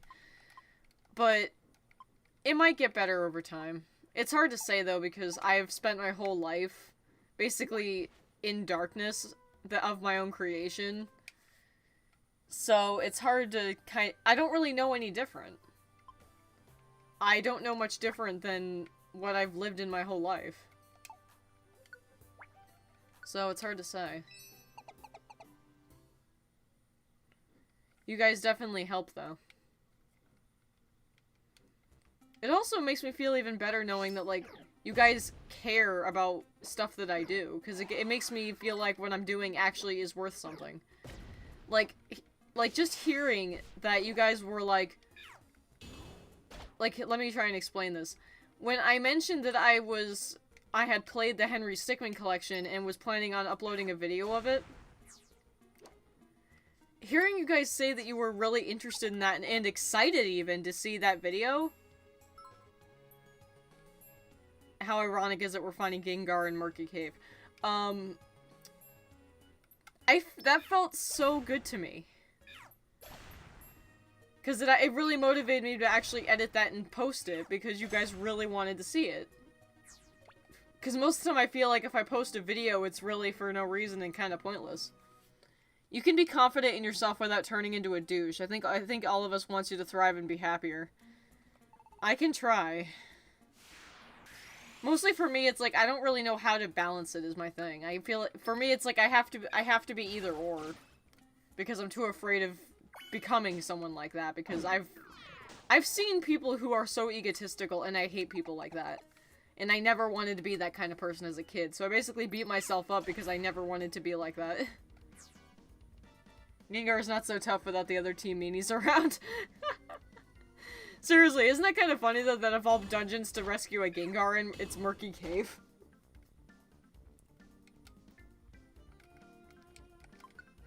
King Sombra, you will shatter. They're right in front of my eyes. Who knew that it was all a disguise?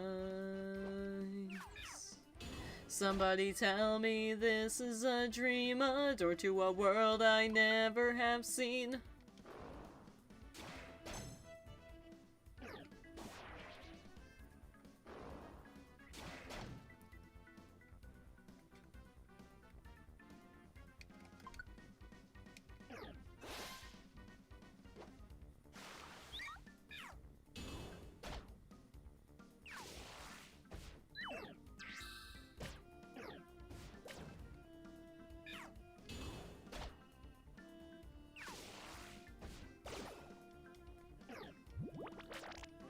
If your friends want to see you happier, it's the opposite of inconsiderate to want that for yourself. I don't know. Because you guys want to see it, I will at least give it a try. Because then I'll feel like I'm being inconsiderate for not respecting your wishes.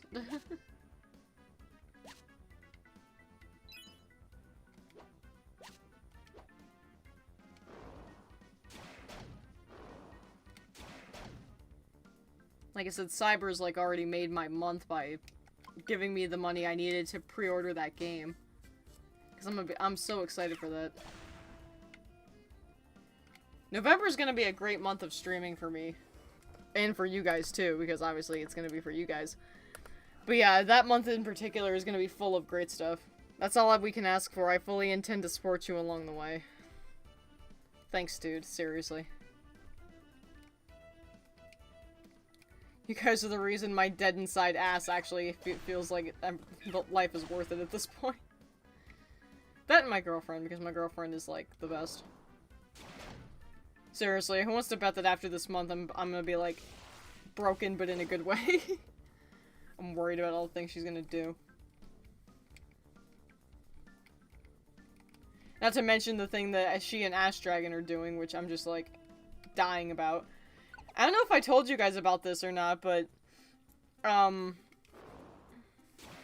discovered your YouTube channel randomly because I was looking for live videos of Resident Evil 4, and I found more than that. It's a weird thing.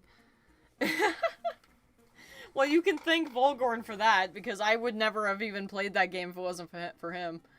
He actually gave me the $20 I needed to buy the game. So, would you look at that? You actually got some. You got some new people in here because you made me play that. And I apologize for sucking ass at the game. The game has an amazing story, though. It's actually made me want to maybe look at the other Resident Evil game stories.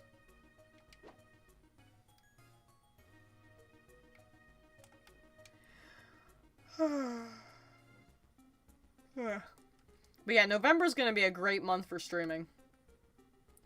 Because I can now stream whatever I want. You know that the second I get a new game, I'm gonna stream the hell out of it.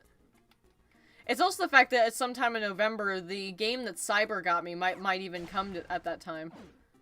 So I might even have 3 games to stream over the course of November, because It's currently estimated that the Crown Tundra is probably going to come out sometime in November. And then we'll have Hyrule Warriors. And then we might have The Binding of Isaac. No need to apologize, you did your best. I do hope you will revisit it one day if you're bored and have nothing to play. It's possible. It's totally possible. The biggest thing, though, is like completing all the other games I have on here.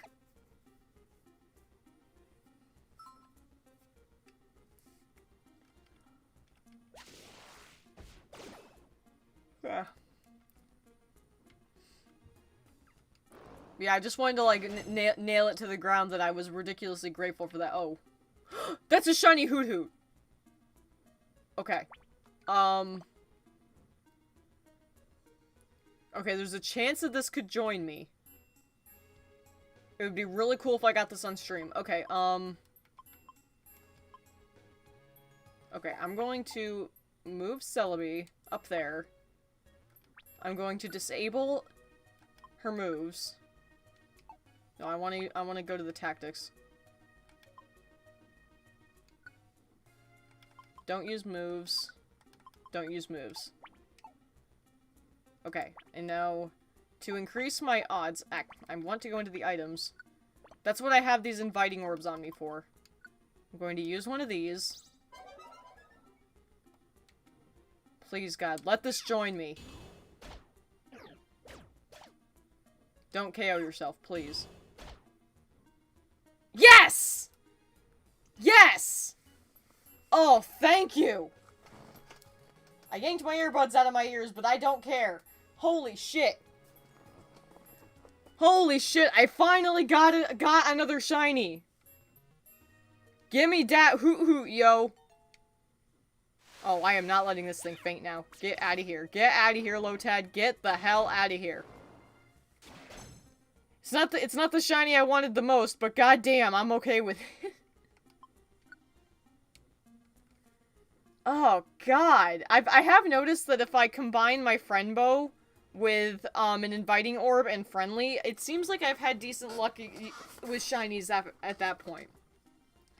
But I wanted this badly, cause like, I have a shiny Ditto, but I can't really use that.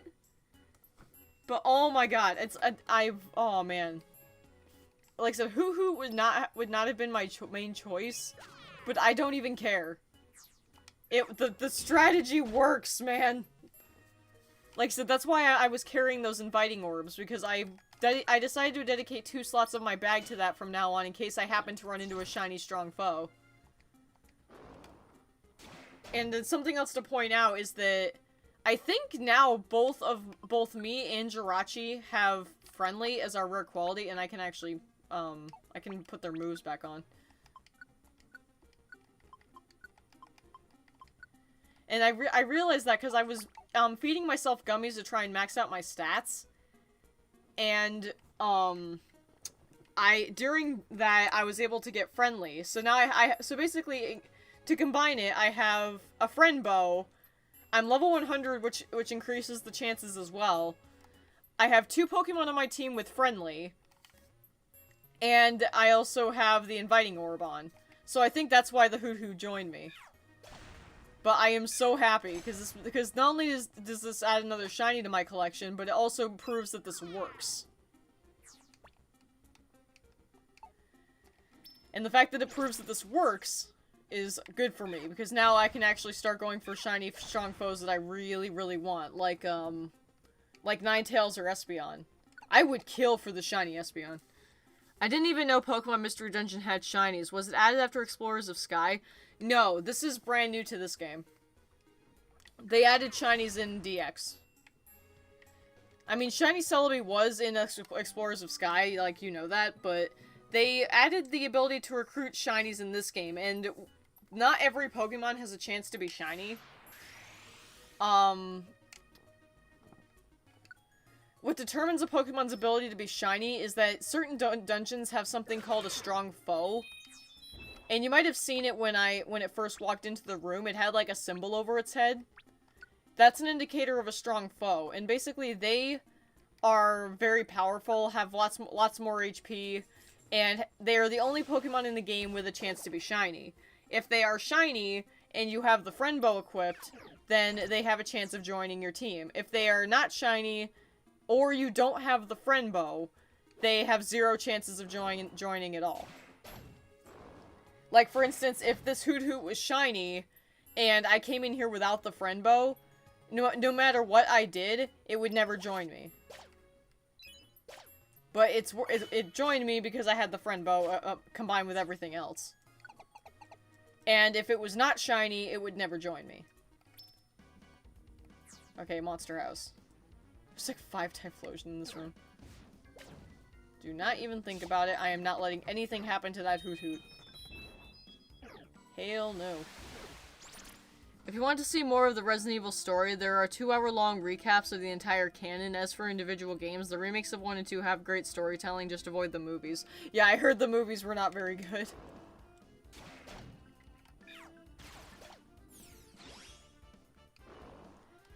Oh my gosh, I'm finally recruiting shinies. I'm so happy.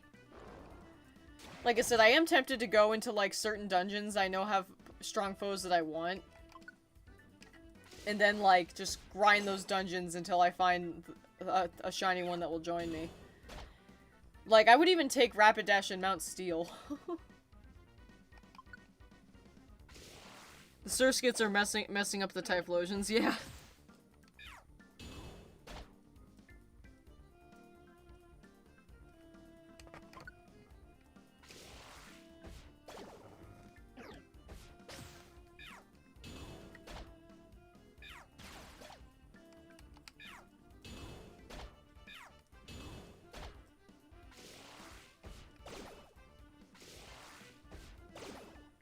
Well, that's why it's in Pokemon Mystery Dungeon. It's always nice to have, if you have multiple team members with you, you want to have, like, long-distance moves on at least one of them.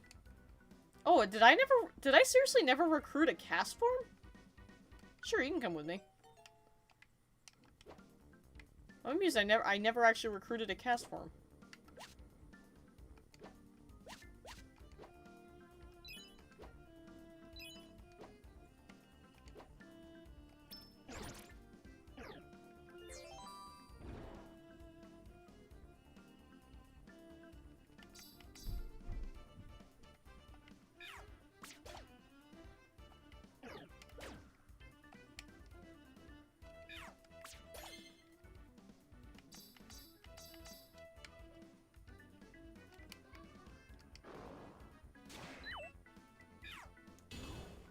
Another thing that can be a huge help in a monster house is if you have a Pokemon with a screen nuking move like Heat Wave or Blizzard. In this game, Blizzard is like super OP. I think that's what Chugga used in his LP of this game. Is his main strategy was that he had his Skitty with Double Slap and Blizzard, and he was basically an unstoppable force, and it was totally true. I thought it was possible to deny a team member to join, but take their items. Like, sure, you can join, let me just take your items first and then run away. Tauros. Still can't believe I managed to recruit a shiny Hoot.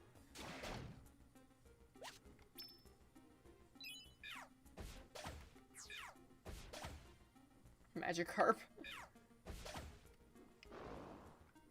I think a Magikarp is a strong foe in another dungeon, so you could have a shiny Magikarp.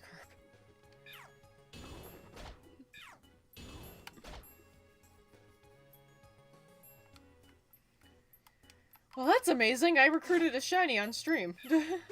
Never thought that would happen.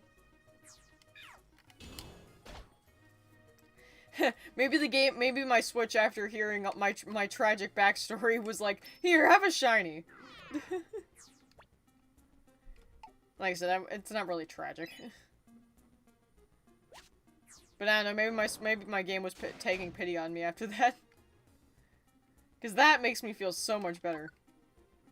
Because shiny Noctowl's pretty damn good. I mean, sure, I think Noctowl's another one. Like, another shiny in another dungeon, so it's like...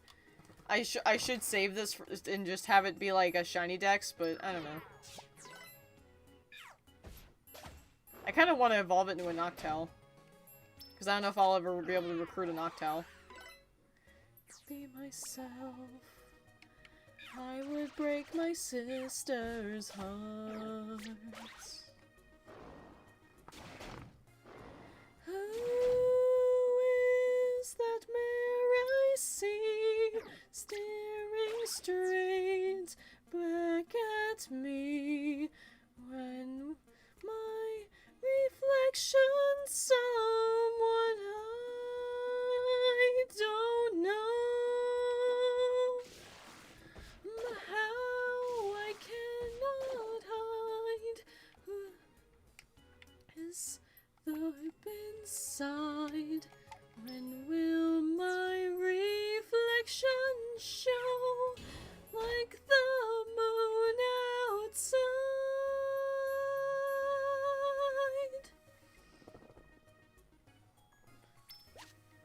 Reflection show who I am inside.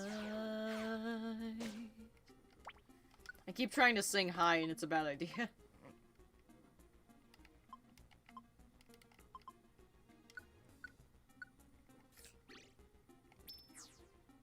No, where's the chesto berry on this floor? There it is. The game's models were made from scratch? I don't know. I don't think so. They were probably recycled from the other 3D Mystery Dungeon titles, if I had to guess.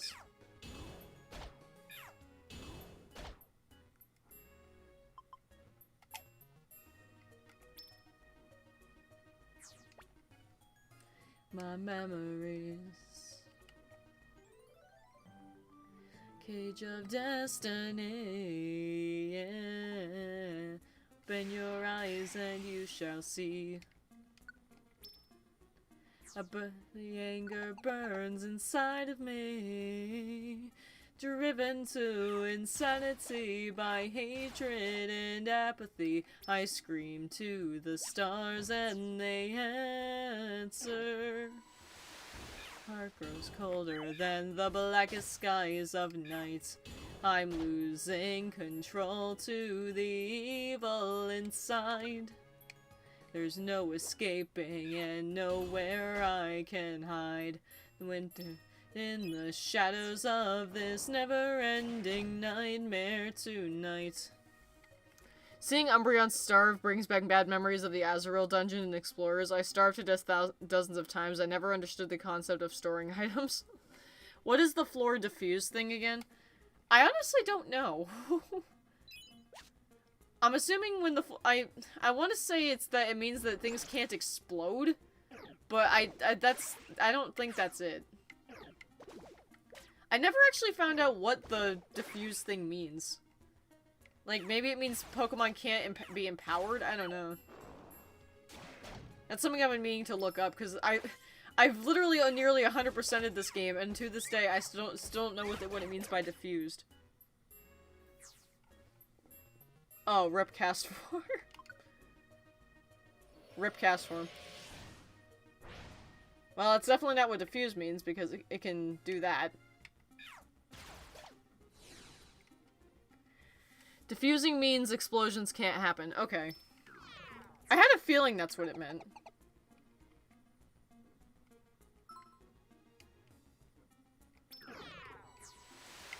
I'm being ballsy here by doing this whole dungeon while trying to guide a shiny Hoot Hoot. Although I think I deposited my escape orb, so I don't think I could have escaped even if I wanted to. Driven to insanity by hatred and apathy, I scream to the stars and they answer. My heart grows colder than the blackest skies of night. I'm losing control to the evil inside. There's no escaping and nowhere I can hide. When put in the shadows of this never-ending nightmare tonight. It's like the damp ability in Pokemon, it stops explosion moves. Okay, I had a feeling that's what it was. I just was never sure. Because it was one of those things that was like, oh, it totally means this, I'm pretty sure. And then, like, I never actually double-checked it, so I never truly knew.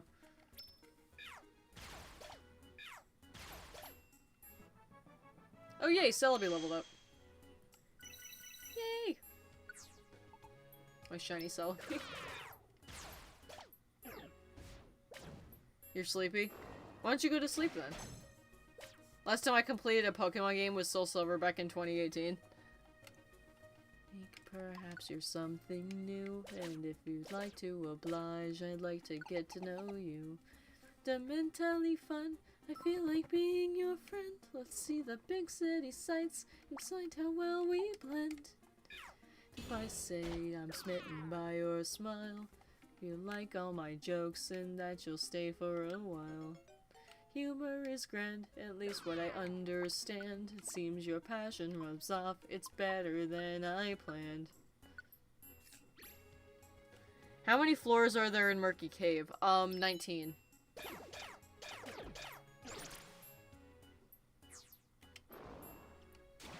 I think my last job in this dungeon is on the 15th floor. I know, because it's like, I'm willing to bet you're like, I want you to get out of this dungeon so you can't lose your Hoot Hoot. Don't worry, I have tiny reviver seeds, so even if it does faint, I'll be fine. Like how I need to get down these stairs right now before this Poliwhirl kills it. Yes, get out of this floor. Masquerain looks interesting from this side. There's so many sparkles around my Pokemon because I have 2 shinies on my team right now.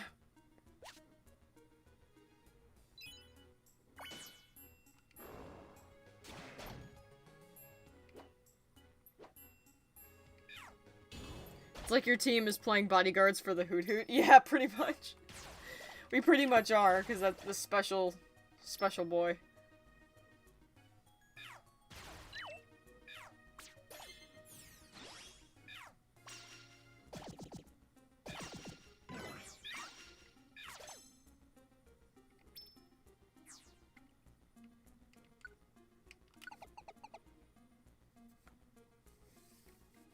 Yep, there's the wheezing.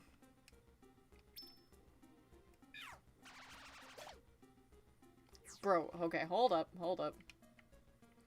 Going to make it shine. Oh, there's Espeon in this dungeon. I actually didn't know that. I actually didn't know there were Espeon in this dungeon.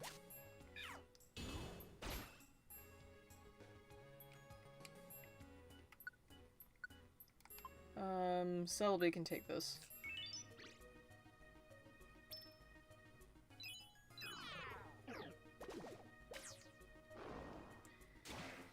You can fix your own issues? Yeah, pretty much. Oh shoot, I'm out of Shadow Balls. I just want to finish this. Come here, Masquerain. Stop bubbling me! Come up here! Dear lord. Umbreon, what's up, sis? It's like I just kill Espeon.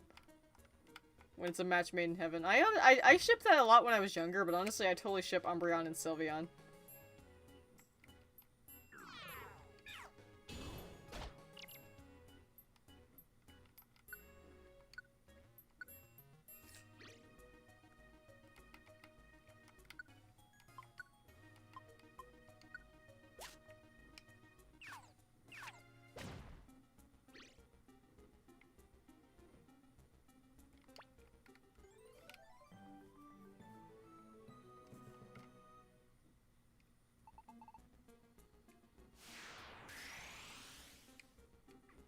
Yes, I want to escape the dungeon.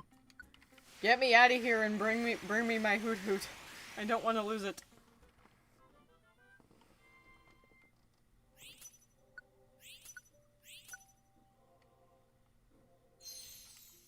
Oh, it's so pretty.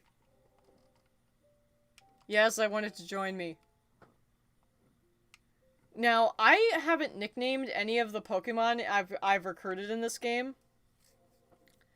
And I forget if you're able to have another chance at nicknaming them after this. But I have a nickname for this thing. Because I intend on evolving it. Because I don't trust my luck in ever being able to actually recruit the Noctowl, because the Noctowl is a separate strong foe in another dungeon that can be shiny. But I have a nickname for this thing. I still like Leafeon the best. I love giving it Leaf Blade and Giga Drain. I think that's compatible with it. Yeah, I think I intend on giving the Leafeon I have in here that moveset. I can relate to parts, but I can't say I know exactly how I feel, but I can relate. Sorry, I'm so late. It's okay. I am going to name it Ash. Now, the reason I'm going to do this is that back when, I was first getting into Pokemon and watching the anime, I was watching the anime around the time when Ash had his shiny Noctowl. Silverwing's Abode. Hi! I don't quite oh, wait, are you Soul Silver? Or are you someone else? Or are you someone I've seen before and don't remember? Because that's entirely possible. I am dazing right now, because I'm tired after all that emotion and after recruiting a shiny Hoot Hoot. No, you're someone else? Okay, cool.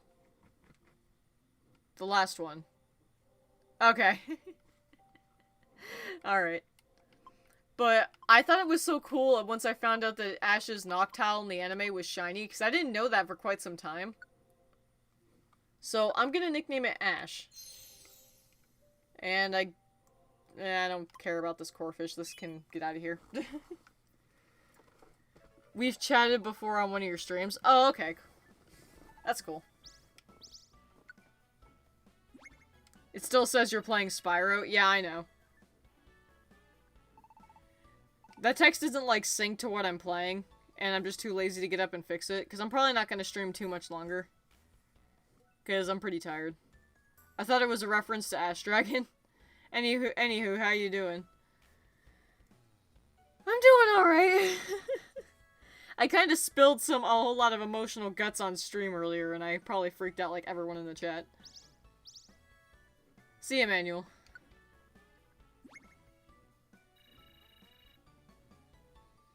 But I just recruited a shiny Pokemon in this game, so that's pretty amazing.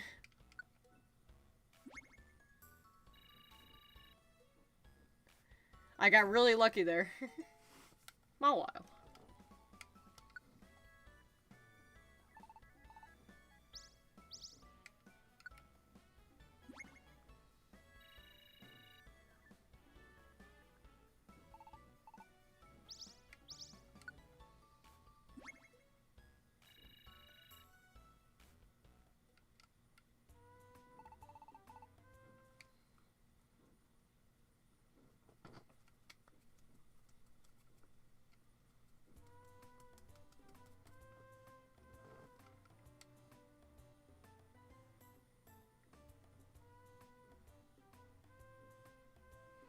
I certainly wasn't freaked out. As I said, I respect that kind of reflection and it opens a lot. What's that little spinning circle in the top right corner? Oh, that's my face cam.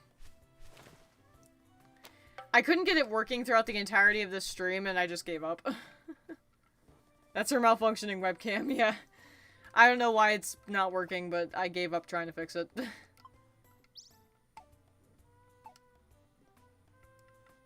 Actually, since it's not even working, I might as well just, like, turn off my phone. Because my phone's, like, overheating for nothing.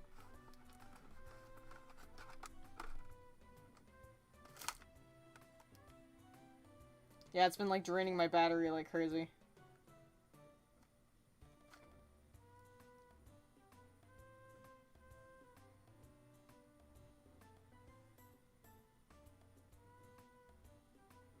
A lot of people seem to like that latest picture I drew.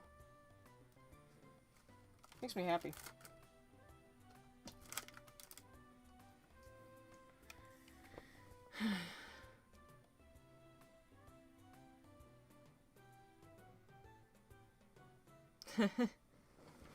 Yeah, I've been living with it my whole life. But I am going to go evolve that Hoot Hoot right now because I want that.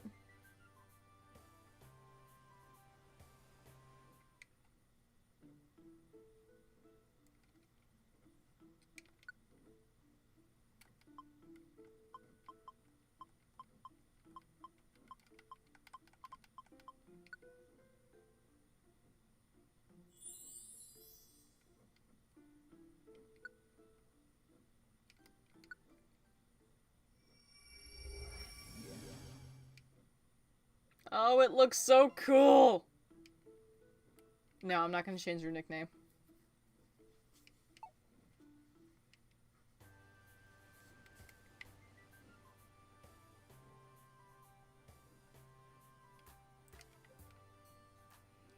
But yeah, so my shiny Nactal is gonna be named Ash. Named after Ash from the anime. It's also in my eyes is a good reference to Ash's shiny Noctowl. I used to call Hoot Hoot Hot Hot. Was I the only one? I've been thinking about restarting my Rescue Team DX game. Still gonna pick the same members and same team name, but the only difference is I'm not gonna evolve my partner. Gotcha. I always evolve my Pokemon.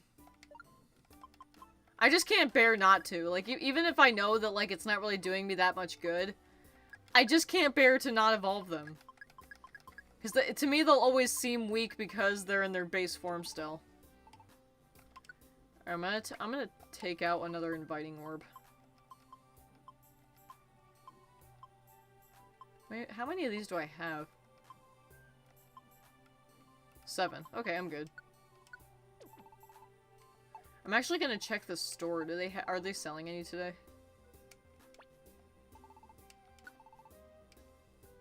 No. Oh, yes, they are. Sweet. Okay.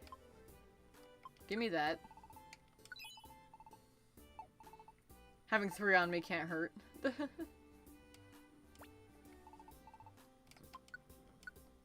gonna buy those vitamins, too.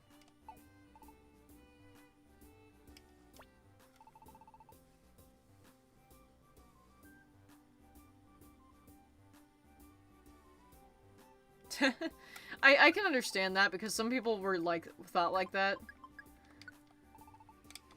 Especially since they lose their scarf upon evolution, which I don't understand. Why?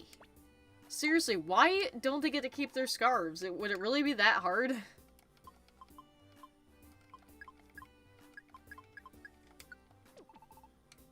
Like, why can't they just keep their scarves? Where they compare Pokemon evolution to growth and Digimon evolution into turning into refrigerators with Gatling guns.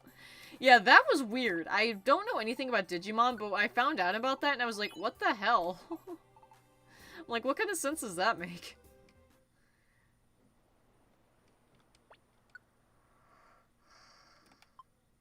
Huh. They're too prideful to wear scarves as adults. Bitch, I would. Sorry, that came out mean, but trust me, I as an Umbreon, I would totally, like, wear a scarf like that. I mean, for God's sake, when I drew fan art, of my Mystery Dungeon team, I drew them wearing the items I often had equipped. And one of them was I had my Umbreon wearing the friend bow.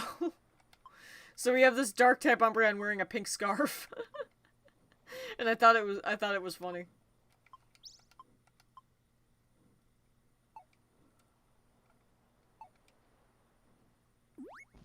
I want to go visit my Noctowl.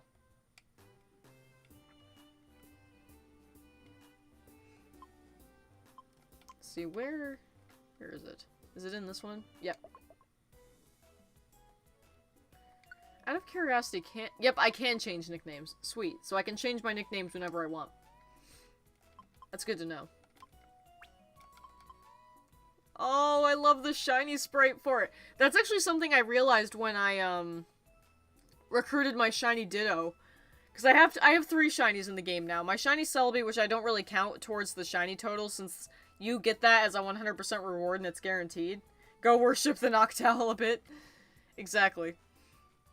But, I noticed that with the shiny Ditto, that when they used the old Pokemon Mystery Dungeon sprites in here, they had to color change them into their shiny forms for the first time, so even if shinies didn't exist back in the sprite-based games I loved, I still get to see them in their shiny forms finally. It's so cool.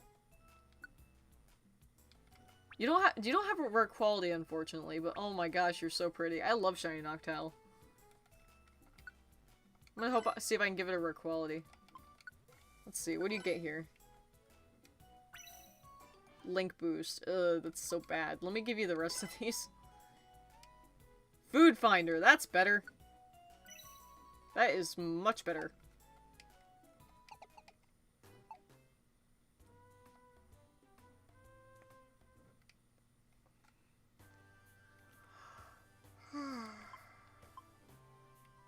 Yeah.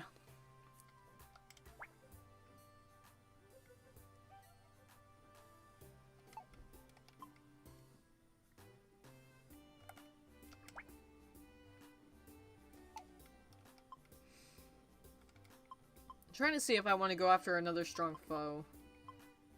See, like here in Lapis Cave, the strong foe is Noctowl, so you can get both Hoot Hoot and Noctowl.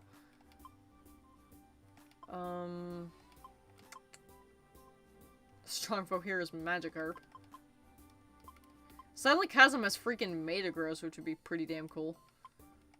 But the ones I'm looking for... Remains Island. This is the one that I really want. But I don't trust my luck, because sometimes these don't even spawn. Yeah, you can also get Ambipom, too.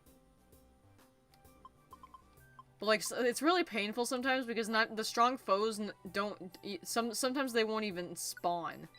Which is really frustrating. So I'm gonna do an attempt at the, shiny Espeon. Okay, it's not on this floor. But yeah, it's really painful because you could do an entire run of a dungeon and it just never spawns like a strong foe. It's really irritating.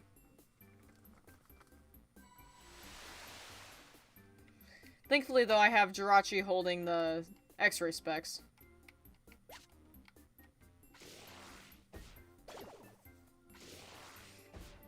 The second I recruit that shiny Espeon, it's gonna be on my team constantly. Like, that's gonna be what I funnel all my vitamins into next to the Celebi. Back into the stars, is there any way to fix a broken heart?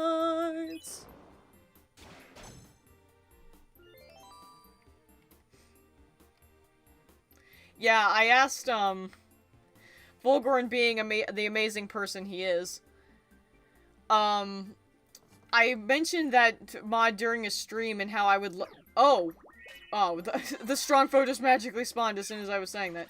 It's not shiny though, unfortunately. If it was shiny, I would have been like about to ready to lose my shit. Fix a broken heart. But I asked him if I mentioned how I would since I like to do edits with Spyro, I asked if someone could like somehow install that mod and then like record all the cutscenes with that mod on.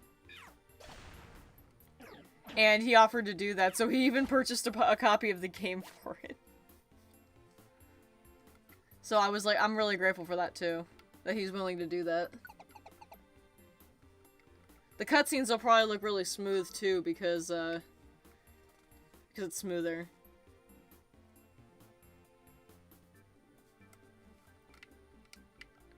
I'm as lonely as I've ever been. I am forced back into the stars. Is there any way to fix a broken heart?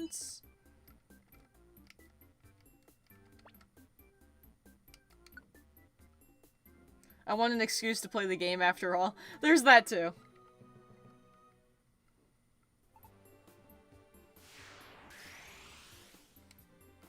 No, because I actually want to do a legitimate attempt at this.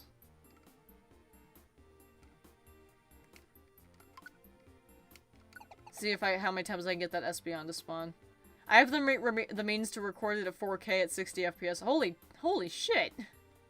Dude, that's gonna look amazing.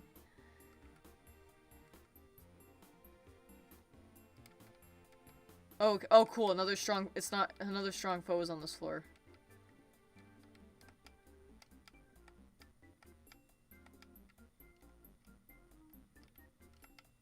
I'm going the wrong way entirely. Please, God, let it be shiny.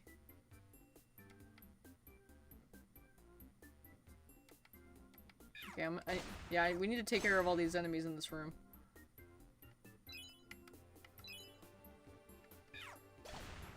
Okay, I really hope this...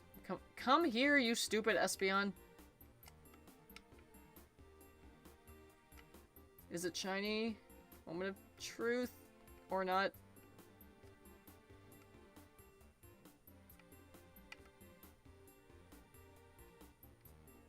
Come back here. I need to see if you're shiny.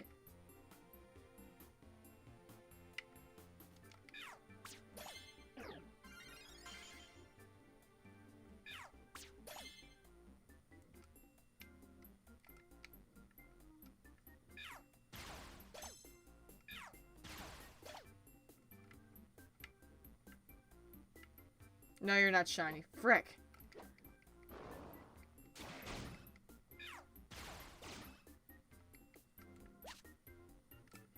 Rip. You have a really pretty singing voice. Luna by Yorubi Brony is super good. It was one of the first songs I ever heard from the fandom. Aw, thank you. All of y'all seem to like my singing. Makes me wish I actually sang this well, like when I'm actually trying to record it.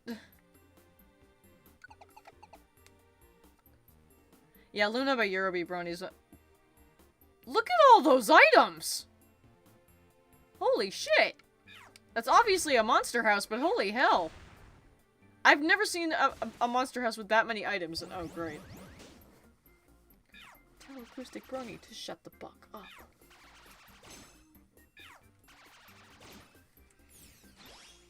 But yeah, I love this thing. I sing all the time on stream. We're fighting about the game on an auction while I napped a cheaper copy a little lower on the search results. Yeah, that's how I was able to get Mario and Luigi partners in time.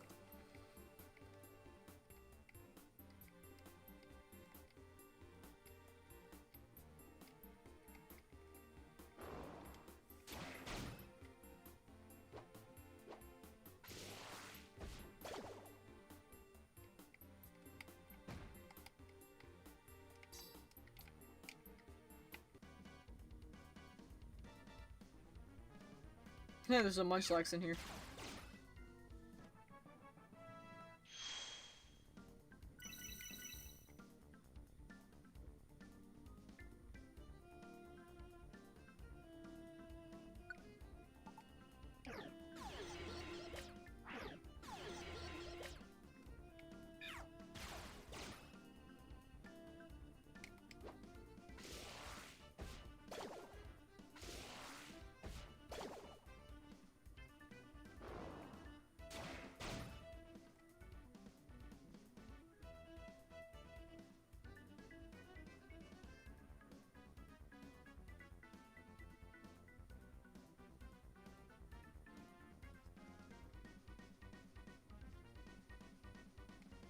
Aw, that's sad. I'm sorry that happened.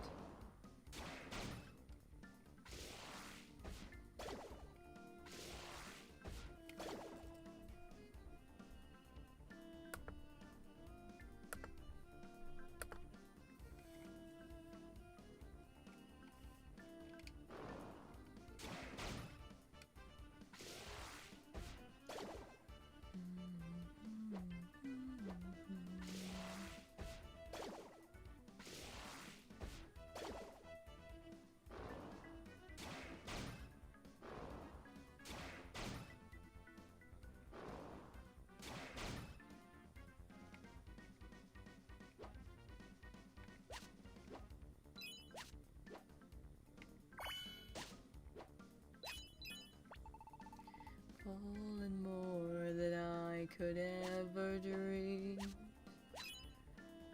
You see that I wasn't what I seemed. And by and I fell so in love with you. Getting myself to believe what wasn't the truth. It feels like I fell asleep and woke up in a nightmare, falling into a world of chaos. You're a reason that I'm here. You're the only one I dreamed of. You turned me away, turning me into the monster I am today.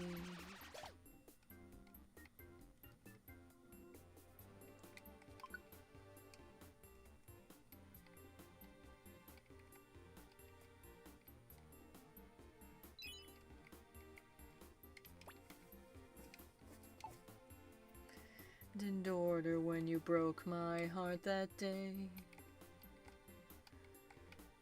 Heard to me that chaos is the only way. I would be was a beast that can't be tamed. Monster that you saw me for was the monster I became. It feels like I fell asleep and woke up in a nightmare, falling into a world of chaos. You're the reason that I'm here, and you're the only one I dreamed of. You turned me away, turning me into the monster I am today.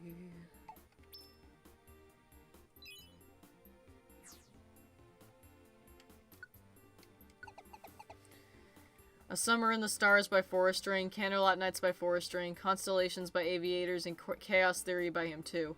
Chaos Theory is a great song, and Constellations is too. I like a ton of different pony music. My favorite pony music artists are Sliftstorm and Prince Whatever.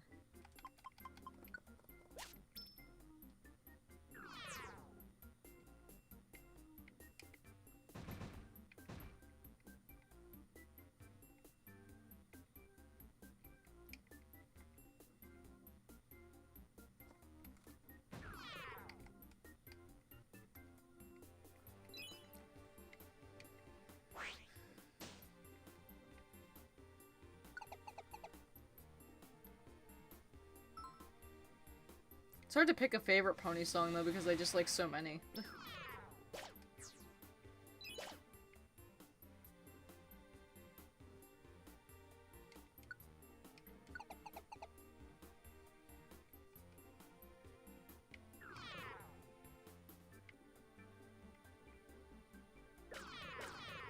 Actually, one of my favorite pony songs, I discovered while I was at BronyCon. It was my first year at BronyCon, like 3 years ago, and I was in the Baltimore arcade, and I noticed that there was a DDR machine set up that basically played like pony songs, and you could dance to them. And someone played a song that I didn't recognize, but when I heard it, I was like, "Oh, I like that song. I should make a mental note to look that up when I get home." And so I looked up trying to look for the song's title, and it said Good Girl. And I didn't, it said like Good Girl, and then said it was a remix. And I was like, okay, so I made like a huge mental note to look it up when I got home, and I did remember. And yeah, I was able to find that remix that I heard from the DDR machine, and it's one of my favorite songs. Dreamed of, you turned me away, turning me into the monster I am today. Good Girl by Living Tombstone featuring Dasha. I don't think it was that one. Let me look here.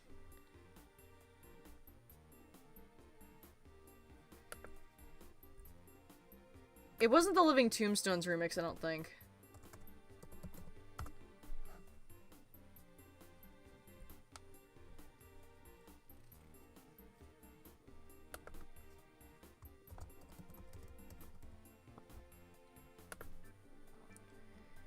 It was the Aviators remix. Although I did find one by Nicholas Dominique, which is also really good. It's a bit sadder. But yeah, the Aviators remix is the one that I fell in love with. That's the one I heard. Please excuse me, I don't mean to alarm. I mean, you know, a physical harm. I'm just the reigning king of chaos, here to rock your world. Sit back and let this little story unfurl. My mission is simple, never-ending strife. Worm into your heart and then I'll cut like a knife. My intentions are clear, so just surrender your will. I'm a predator and I'm going in for the kill. Don't hate me cause I'm funny, don't hate me cause I'm beautiful. You should hate me cause I'm better than you. Only wanna party, I only wanna play it cool. Willing to see this through.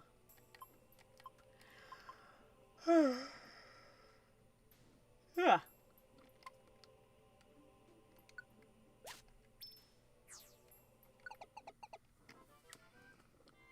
I prefer Aviator's remix since I really dislike Living Tombstone.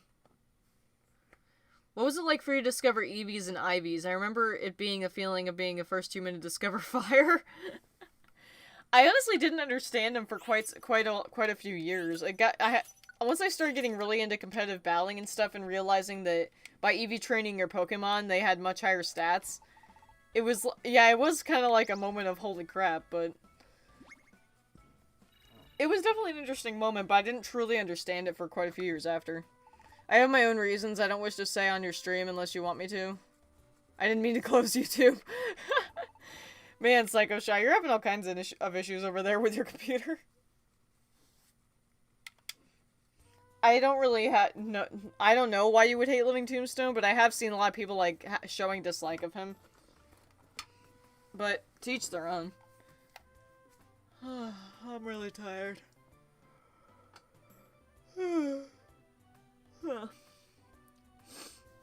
Ugh. I think I might, I think I'm thinking about ending the stream because I'm really tired. Short and sweet, he's a really mean person. Oh, really? To be honest, I wasn't really a fan of much of his music. I mean, I liked some of it. But I wasn't, like, obsessed with his music like I am with, like, Prince Whatever. Prince Whatever is a cool dude.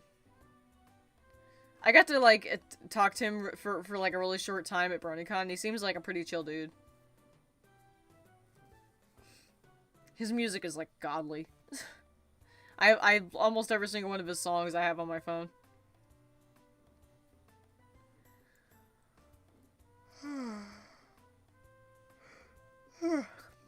But yeah, I think I might end the stream here. Because I'm tired and I need to finish eating my dinner before I go to bed.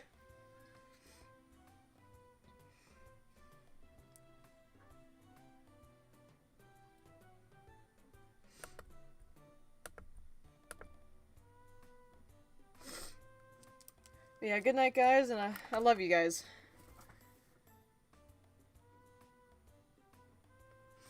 I love you guys a lot.